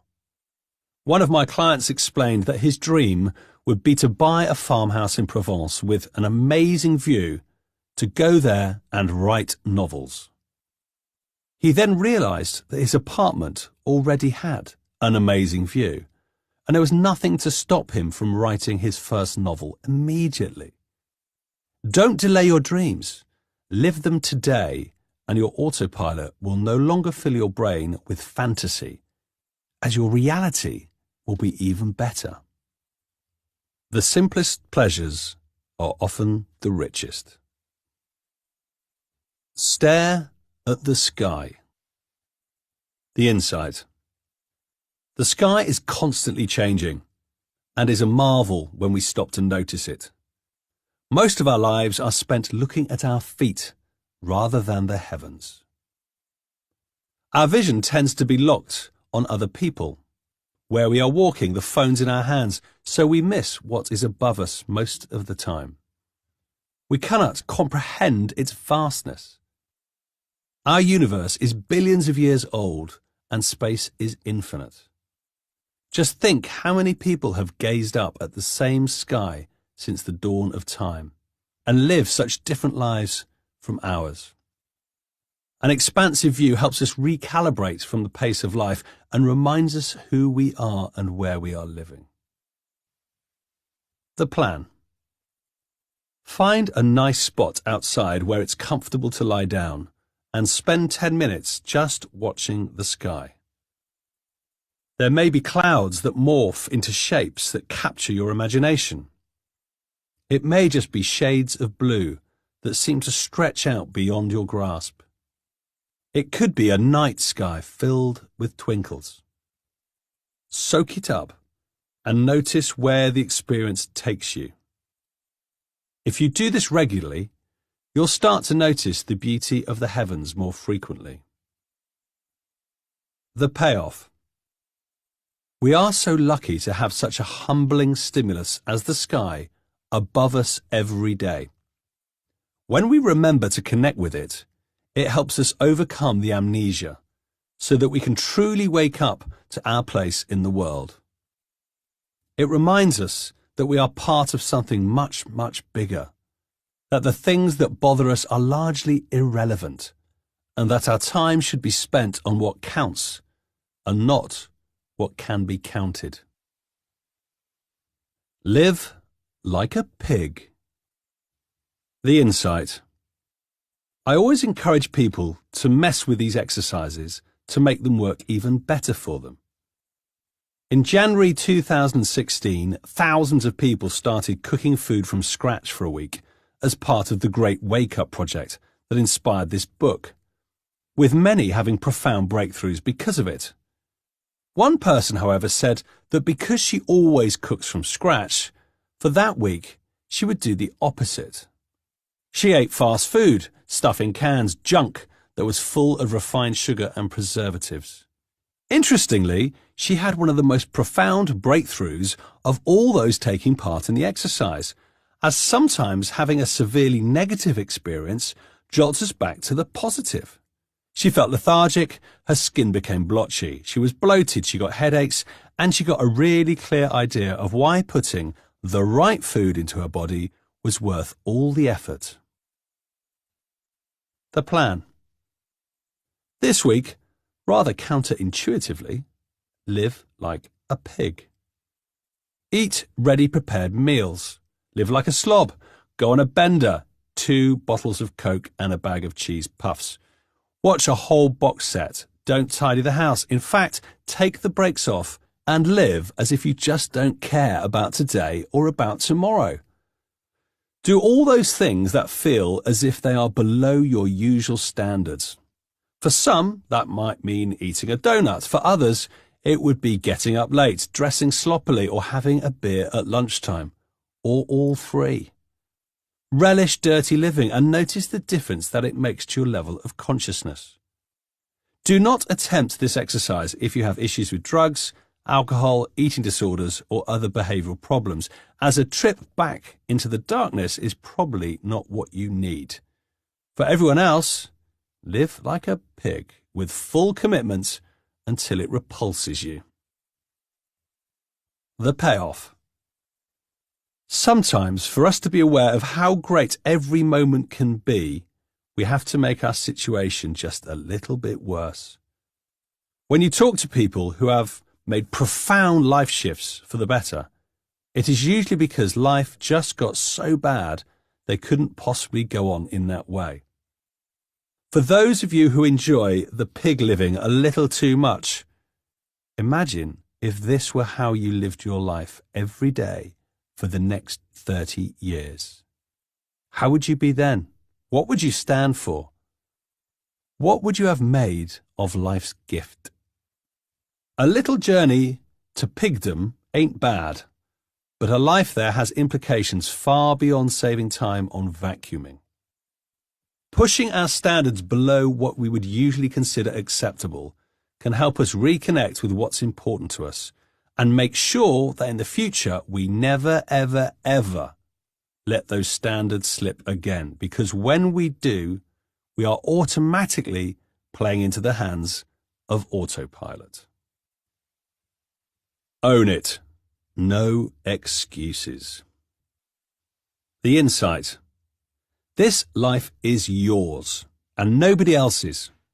Although at times it can feel as if life is conspiring against us, the energy that we put out into the world is the energy that we get back. And therefore, the life that you are leading right now is a result of how you show up in the world. If everything seems hard and painful, maybe it's because you aren't living positively.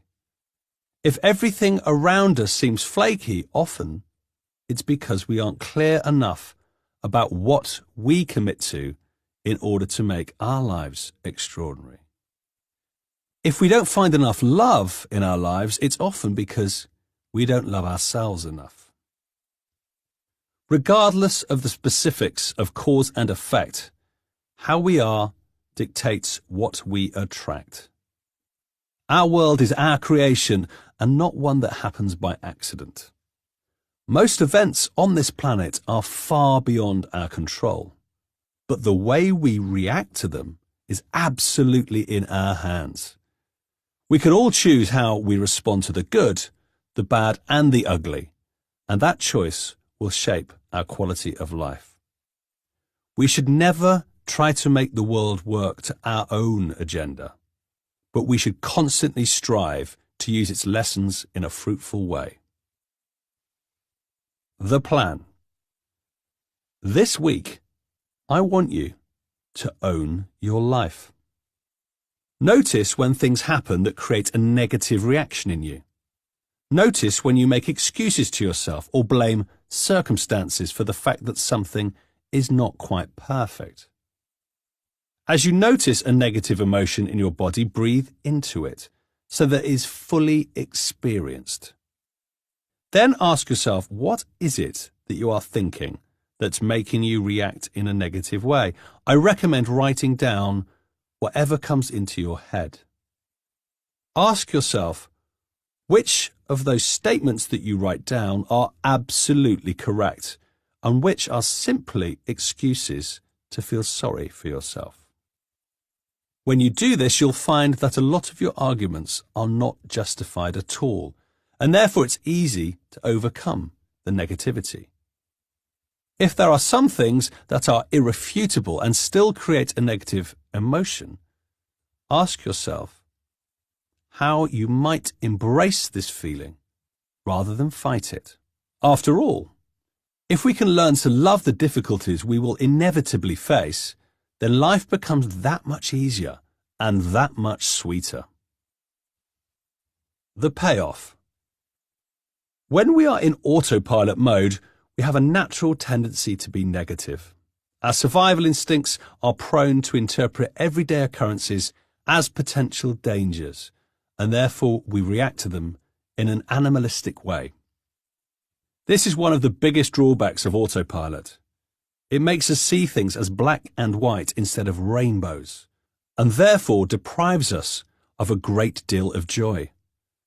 Just by noticing when we have a negative reaction and taking a deep breath and smiling, we can escape the clutches of negativity more often. By becoming conscious of our internal processing and overcoming its triggers, we will find it so much easier to bounce back from negative experiences, respond and not react, and therefore wake up for so much more of our day. Giggles and guffaws. The insight. Laughter is said to be the best medicine. Some people seem to do it all the time, while others give the impression that their face could never crack a smile without them turning into dust.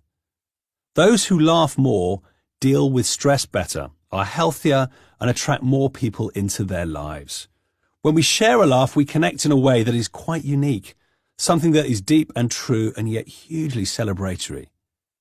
Humour bridges a divide like nothing else. It is not selective by class or race, by gender or age, by profession or stereotype. There is a real human need to chuckle, and when we do so, it unites us and makes everything feel okay. The plan. Share a laugh today. You might tell a joke. You might share a story that somehow tickles people and helps them smile. You can do anything at all that gets some laughter and spreads a little lightness around your world. If you're stuck, the internet is packed full of gigglesome things. Don't just watch them on your own. It is important to share the laughter with somebody else. If you really want to push this, then write yourself a little routine and try it out at an open mic night. There really is nothing quite like a few minutes on stage to test your material, and when it goes well, little else feels so sweet. If that all seems overwhelming, then just head to a comedy club with a friend and share a joke that way. The payoff. Tennis pro Andre Agassi's coach once told him that in life there are two kinds of people. There are thermometers who can read a room, and there are thermostats who can change it. Being able to change the atmosphere is a beautiful gift to have, and humour is one of the most fantastic lightning rods of change. Most of us suffer from taking life too seriously because it's part of the human condition when we are on autopilot. When we laugh, we pop out of that state and wake up while also connecting with ourselves and those people laughing with us. The more we laugh, the longer we live, and the better every minute feels. Smile. The insight. When we are taking life too seriously and we feel burdened and heavy, we often show it on our faces. When we smile, however, we get lots of benefits for no effort and no money. Smiling reduces stress and improves your mood.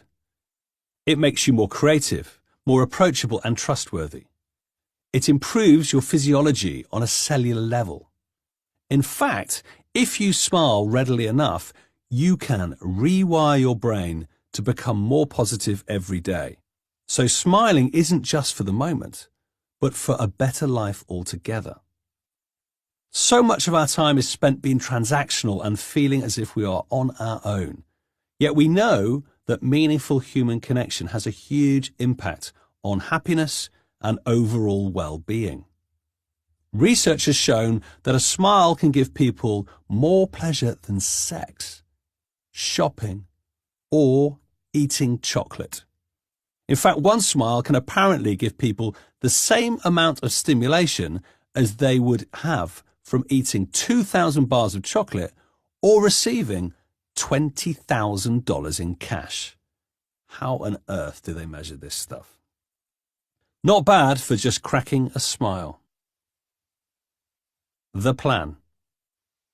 Smile more today. It's important to start this exercise with a little playfulness.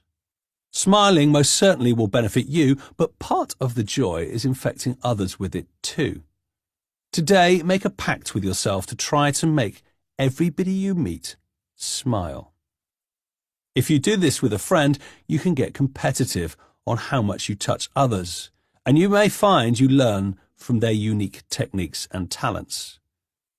To help remind you not to slip into old ways, draw a smile on one of your hands so that when you see it, you are reminded to beam at all those around you with great eye contact and generosity. The payoff. Smiling not only makes you feel better by releasing endorphins and reducing cortisol, but it also makes other people much warmer toward you and more inclined to connect more deeply. You'll feel good. They'll feel good. The world will be a brighter place. And you'll make some new friends. It's simple, but it works. Right or wrong. The insight. We all have things we're not proud of in our past. Nobody leads such a perfect life that everything they do evokes unicorns and sunflowers. At times our actions cannot help but deliver gremlins and things that go bump in the night. It is perfectly natural when we look back to cringe slightly at our past behaviour and wish that maybe we had played our hand differently. Regret is something that eats away at us, an energy that is heavy and repressive, and yet it is so easy to shed. The plan. Think about a moment in your life when you regret how you behaved. A time when, for whatever reason, you did something that doesn't sit right with you today. As you breathe, smile and remember the details, the recollection may make you uncomfortable, but if you hold it, it will eventually settle down. You will start to see it for what it was, a mistake and nothing more. Try to connect the memory of that moment and to whom it was that you feel you wronged. As you do so, open your heart and send them unconditional love. If you apologize now energetically, you will feel a large burden lifting.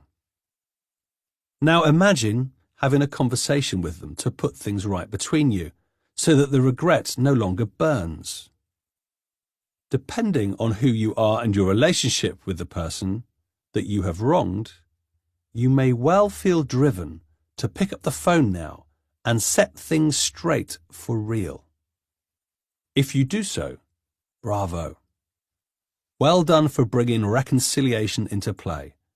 It takes bravery to admit you were wrong, and yet pays back in good vibes by the bucket load. The payoff. So often we carry unnecessary energy around with us because a little hardship today seems better than facing something that seems more painful in the past. You cannot predict how people will react to such acts of courage. However, what you can guarantee is that if you do so with good intention, the weight will be lifted from your shoulders. Clearing up your past misdemeanors will help you live more fully today. Even if you only do it in your imagination and not face to face, you can find quiet liberation. Do something big. The insight. When I ask people who have led extraordinary lives what they have done to create such enjoyable experiences, they often reference big changes they have made to their lives.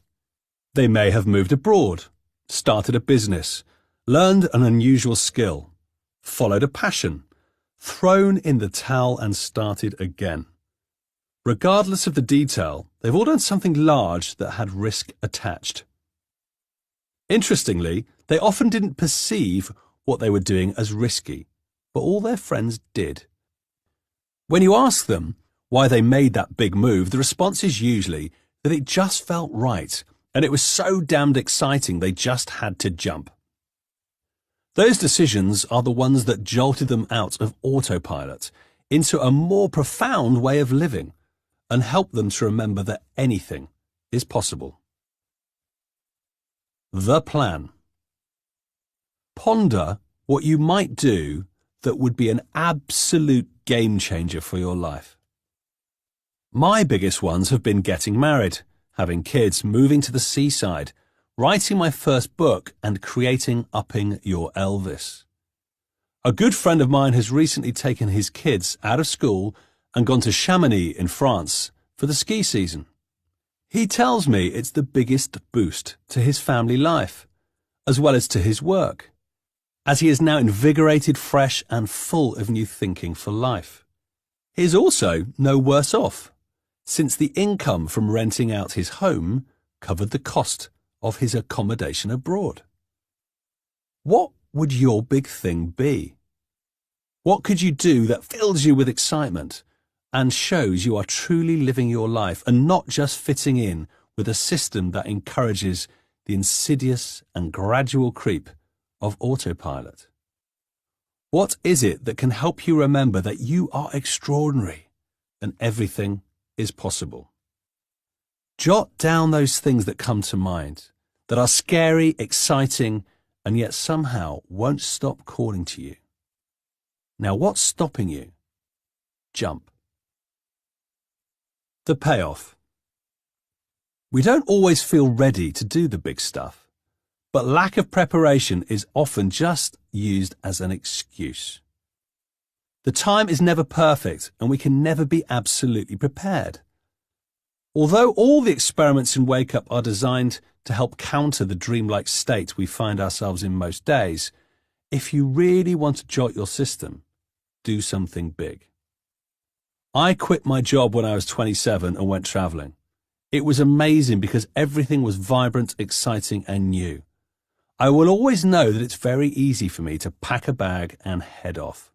That option is always within my grasp, so it was worthwhile taking the plunge. Once you have set up one business, you can set up another. Once you have lived abroad, the whole planet is a possibility. Once you have picked up a new skill, how you spend your time is limitless.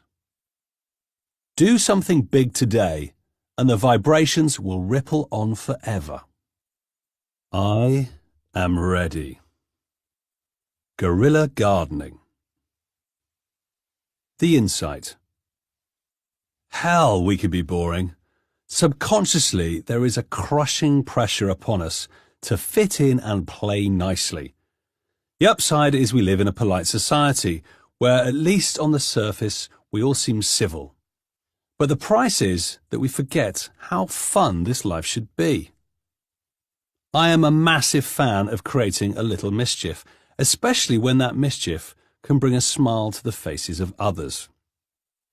Guerrilla gardening has been catching people's imaginations and inspiring much spade work for decades. It involves provoking change by bringing nature to spaces where it doesn't exist, such as an inner-city abandoned plot. This isn't an altogether modern phenomenon. Its history stretches back as far as a rebel horticulturalist known as the Digger in Surrey in 1649. The key is that you don't have permission to plant, and yet whatever grows adds natural beauty to that space. Of course, I am not condoning vandalism or destruction. Guerrilla gardening should always be carried out responsibly, using plants that are suitable for the site with the aim of making an improvement, rather than creating a problem. The plan. This week, we will all become guerrilla gardeners in our own little way. We don't need to create masterpieces like the famous Adam Purple's Garden of Eden, which ended up covering over 15,000 square feet in Manhattan. We just need to plant something, somewhere surprising. We can all find an empty space that needs some colour. Be creative. Many sidewalks have patches of soil around unloved trees, just shouting out for a shot of green finery. I like the idea of planting seeds or bulbs that take a while to flourish, as the anticipation of knowing they will burst into bloom at some later unspecified date is as much a joy as when they finally do. But I know that for many planters, there is huge fun in putting something more substantial in the ground. The payoff. When we feel slightly nervous and excited, we often feel a little more alive. And while our guerrilla gardening shouldn't really upset anyone, it is for sure a little bit naughty. Doing something fun and frivolous can remind us that this life is supposed to be a party, and not something that should be hard, arduous and troublesome. I also get a kick out of someone else noticing a splash of beauty in a place where, strictly speaking, it shouldn't be. Maybe it will help them wake up too. Stay still and soak it up. The insight. When we rush around, we become part of the chaotic soup of existence. It's impossible to appreciate that soup when you are swimming in it. If, however, you step back and observe its motion, the perspective helps you remember how its ingredients combine. We have numerous levels of awareness. Much of our lives are spent feeling as if we are on our own, and indeed, we are purely the person we see in the mirror every day. When we are swept up in that soup, it reinforces the view that life should be difficult, fast and tricky. Equally, most of us are fully aware that there is more to us than just our physical bodies, the jobs we do and the lives we lead, and that we are connected to something much bigger. Stepping out of the soup can help us remember that. The plan. Find 10 minutes in your day when you can sit quietly and observe the soup of humankind swimming in busyness. A classic way to observe would be sitting outside a cafe, watching the world go by. Andy Warhol was a great observer of life and soup. Perhaps this inspired his fascination with Campbell's soup cans. Free countries are great because you can actually sit in someone else's space for a while and pretend you are part of it. You can sit in the Plaza Hotel and you don't even have to live there. You can just watch the people go by. If the plaza doesn't happen to be on the corner of your street, you can try sitting on a park bench, noticing life going on around you. Or stand on a bridge over a river and watch the activity within your field of vision.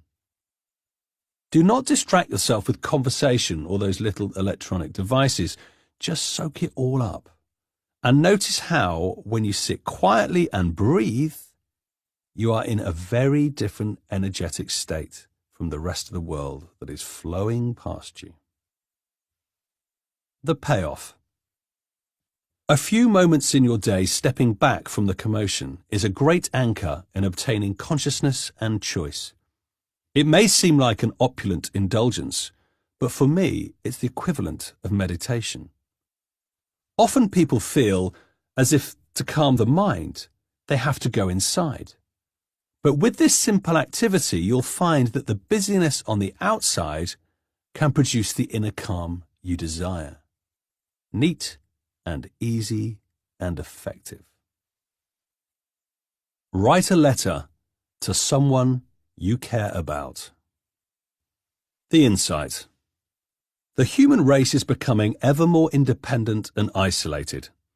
The number of us living on our own continues to increase, and social interaction is plummeting, owing to the increased physical separation of the digital age.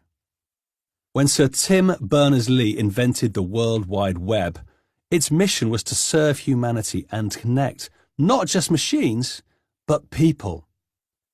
The internet used wisely does this and more.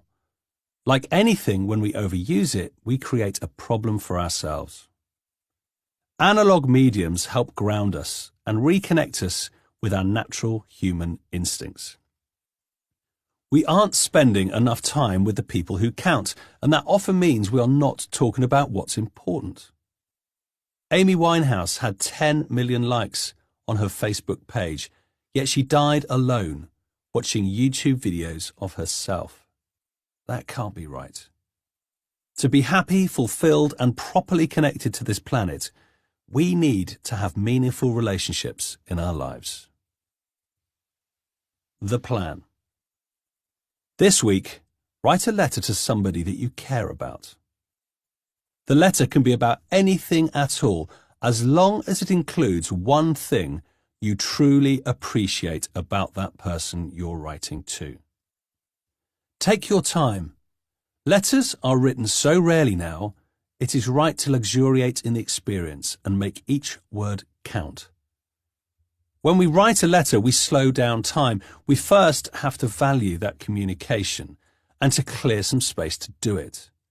Physically writing a letter means that we connect more with what we are saying. And then as we lick the envelope, seal it and take it to the mailbox, there is an exquisite and necessary delay in gratification. These windows of time are luxurious and worth rolling around in. The payoff. By taking the time to write to somebody you care about, you start to appreciate more of what it is that makes them special and what it is they give to you. By appreciating that, you will feel more connected to them and will be more grateful. They will also enjoy the wonderful benefits of being cared for and acknowledged, and it will help them be more awake when they read it. When you read a letter like that, the day is instantly more colourful. The Tagalog word for unhappy is the same as lonely. But you don't have to come from the Philippines to understand why. Real connections count. It's what life is about. My grandfather only ever wrote me one letter. I still have it. Why now? The game of life used to be all about achievement. To win, we had to follow the rules and a rather linear path to success. Obviously, we needed to flourish in school, and we knew that a well-rounded education created a well-rounded individual. As a result, unique talents and left-field passions were suppressed, so that we would all fit in nicely and learn how to regurgitate facts beautifully with little understanding of why they might be useful. We had to eradicate our weaknesses, and then, as an all-rounder, we could proceed through the multi-level educational system and be deposited on the other side, ready to join the world's workforce. Under that system, careers were all about progression. Your first job generally sucked, and the rest of your working life was spent trying to get a job that sucked a little less and paid a little more. We were conditioned to aspire to a life path of marriage, mortgage, parenthood and vacations abroad while keeping up with the Joneses. Once we'd achieved that, our next project would be, of course, to ensure that our children were raised to become well-rounded future members of the world's workforce. The board game of life was laid out before us. We all knew the rules, and every year we'd roll the dice and see how far we'd move. Because we knew where we were going, we didn't have to think too much, or indeed be aware of alternative paths. But that was then, and this is now. The days of the linear life are ending. Our education system is failing, and our children can often learn more from YouTube than from their teachers. A life where you only have one job with a set salary is no longer the norm for many. There is an awareness that achieving more, earning more, owning more, and consuming more will only take us into oblivion. We have to start living every day well if we are to honour the precious life that we are guardians of. Escaping autopilot means that we can truly be who we are and challenge the norms from which we can now all break free. Time is limited. Let's not waste it. And soon we will die. The insight. I once read that life is short and life is long, but not in that order. It does resonate with me, as when I was younger I felt that my lifetime was almost infinite as it stretched into the future. I was invincible and everything was a possibility. I felt there was no rush or panic to use my time well, as I possessed it in abundance, and therefore a day on the sofa, recovering from excesses, seemed nothing more than a little pit stop. Nowadays, my responsibilities have grown and my time has become more pressured, so it would seem the years pass faster. So fast that it can feel as if life is purely about busyness, rather than truly living. Autopilot loves it when we have too much going on, because we have no choice but to engage in it, just to cope with our day-to-day activity. When we consider that we don't have that many days on this planet, 28,762 on average in the US, and around a third of those are spent at work, it can help us remember that each day is precious, and that each one has to count. The plan. Sit quietly somewhere you have a view of the ground and the sky. Take a deep breath and then ponder that your death is inevitable. It may not be for 100 years with the amazing advances of technology, but equally it could be in 100 days or 100 seconds, because that's the way the dice roll. With that in mind, what should you be doing today that would make it a great day? It may not be an action or an activity or a thing that you need to achieve. It may very well be how you are and what you appreciate. We only have so many conversations with our loved ones. How can today's count? We only drink so many cups of tea. How can we really enjoy this one? We only take so many walks. Why is today's special? The payoff. David Bowie was one of my heroes. He died at 69. Did someone you know or admire die young? It may not happen to you, but it could. If I were to mirror Bowie, that would give me another 21 years. That probably means another 10 years of working full on. And that probably means I will write only 3 more books. That kind of thinking is a real eye-opener. It makes me realise I should probably be dicking around a hell of a lot more and loving every second. And it certainly means I should be spending more time with my family, properly connected and rolling around in the joy of it. Useful perspective.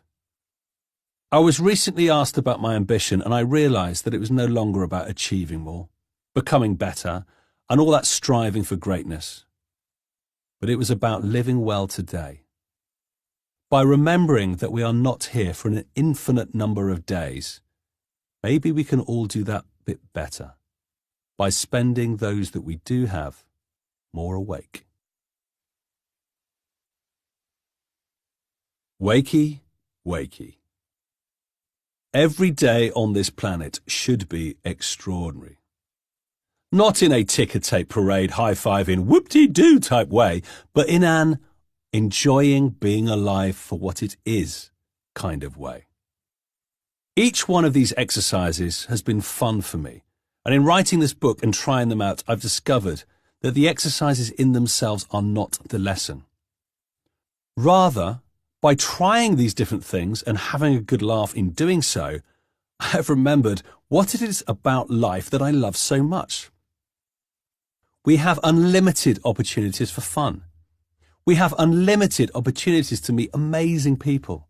We have unlimited opportunities to feel truly awake every single day. And I believe that when you value that and you have connected to that belief sufficiently deeply, you will never let a day go by without tasting it. I am now committed to keep experimenting for the rest of my days, and I hope that you will come along on that journey with me.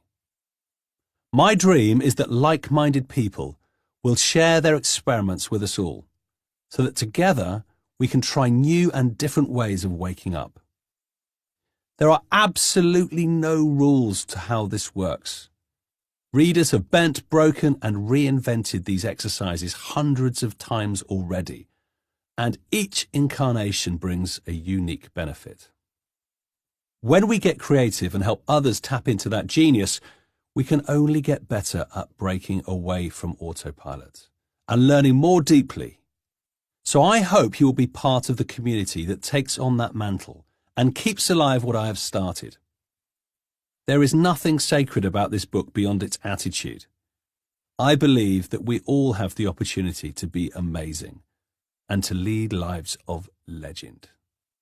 If we embrace the energy of what is written in this book, we have a much greater chance to have a grin on our face and a skip in our step. If enough of us do this every day and truly wake up, this world will not only spin just a little bit better, but it will also start to right its wrongs and value life the way it should be valued.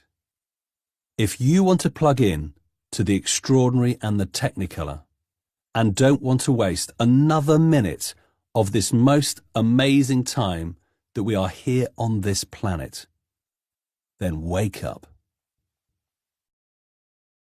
Thank you for watching this video, my friends. I hope you really enjoyed it. Make sure you leave a comment below and please subscribe to this channel. I want to give you so much more. Thank you, and I'll see you next time.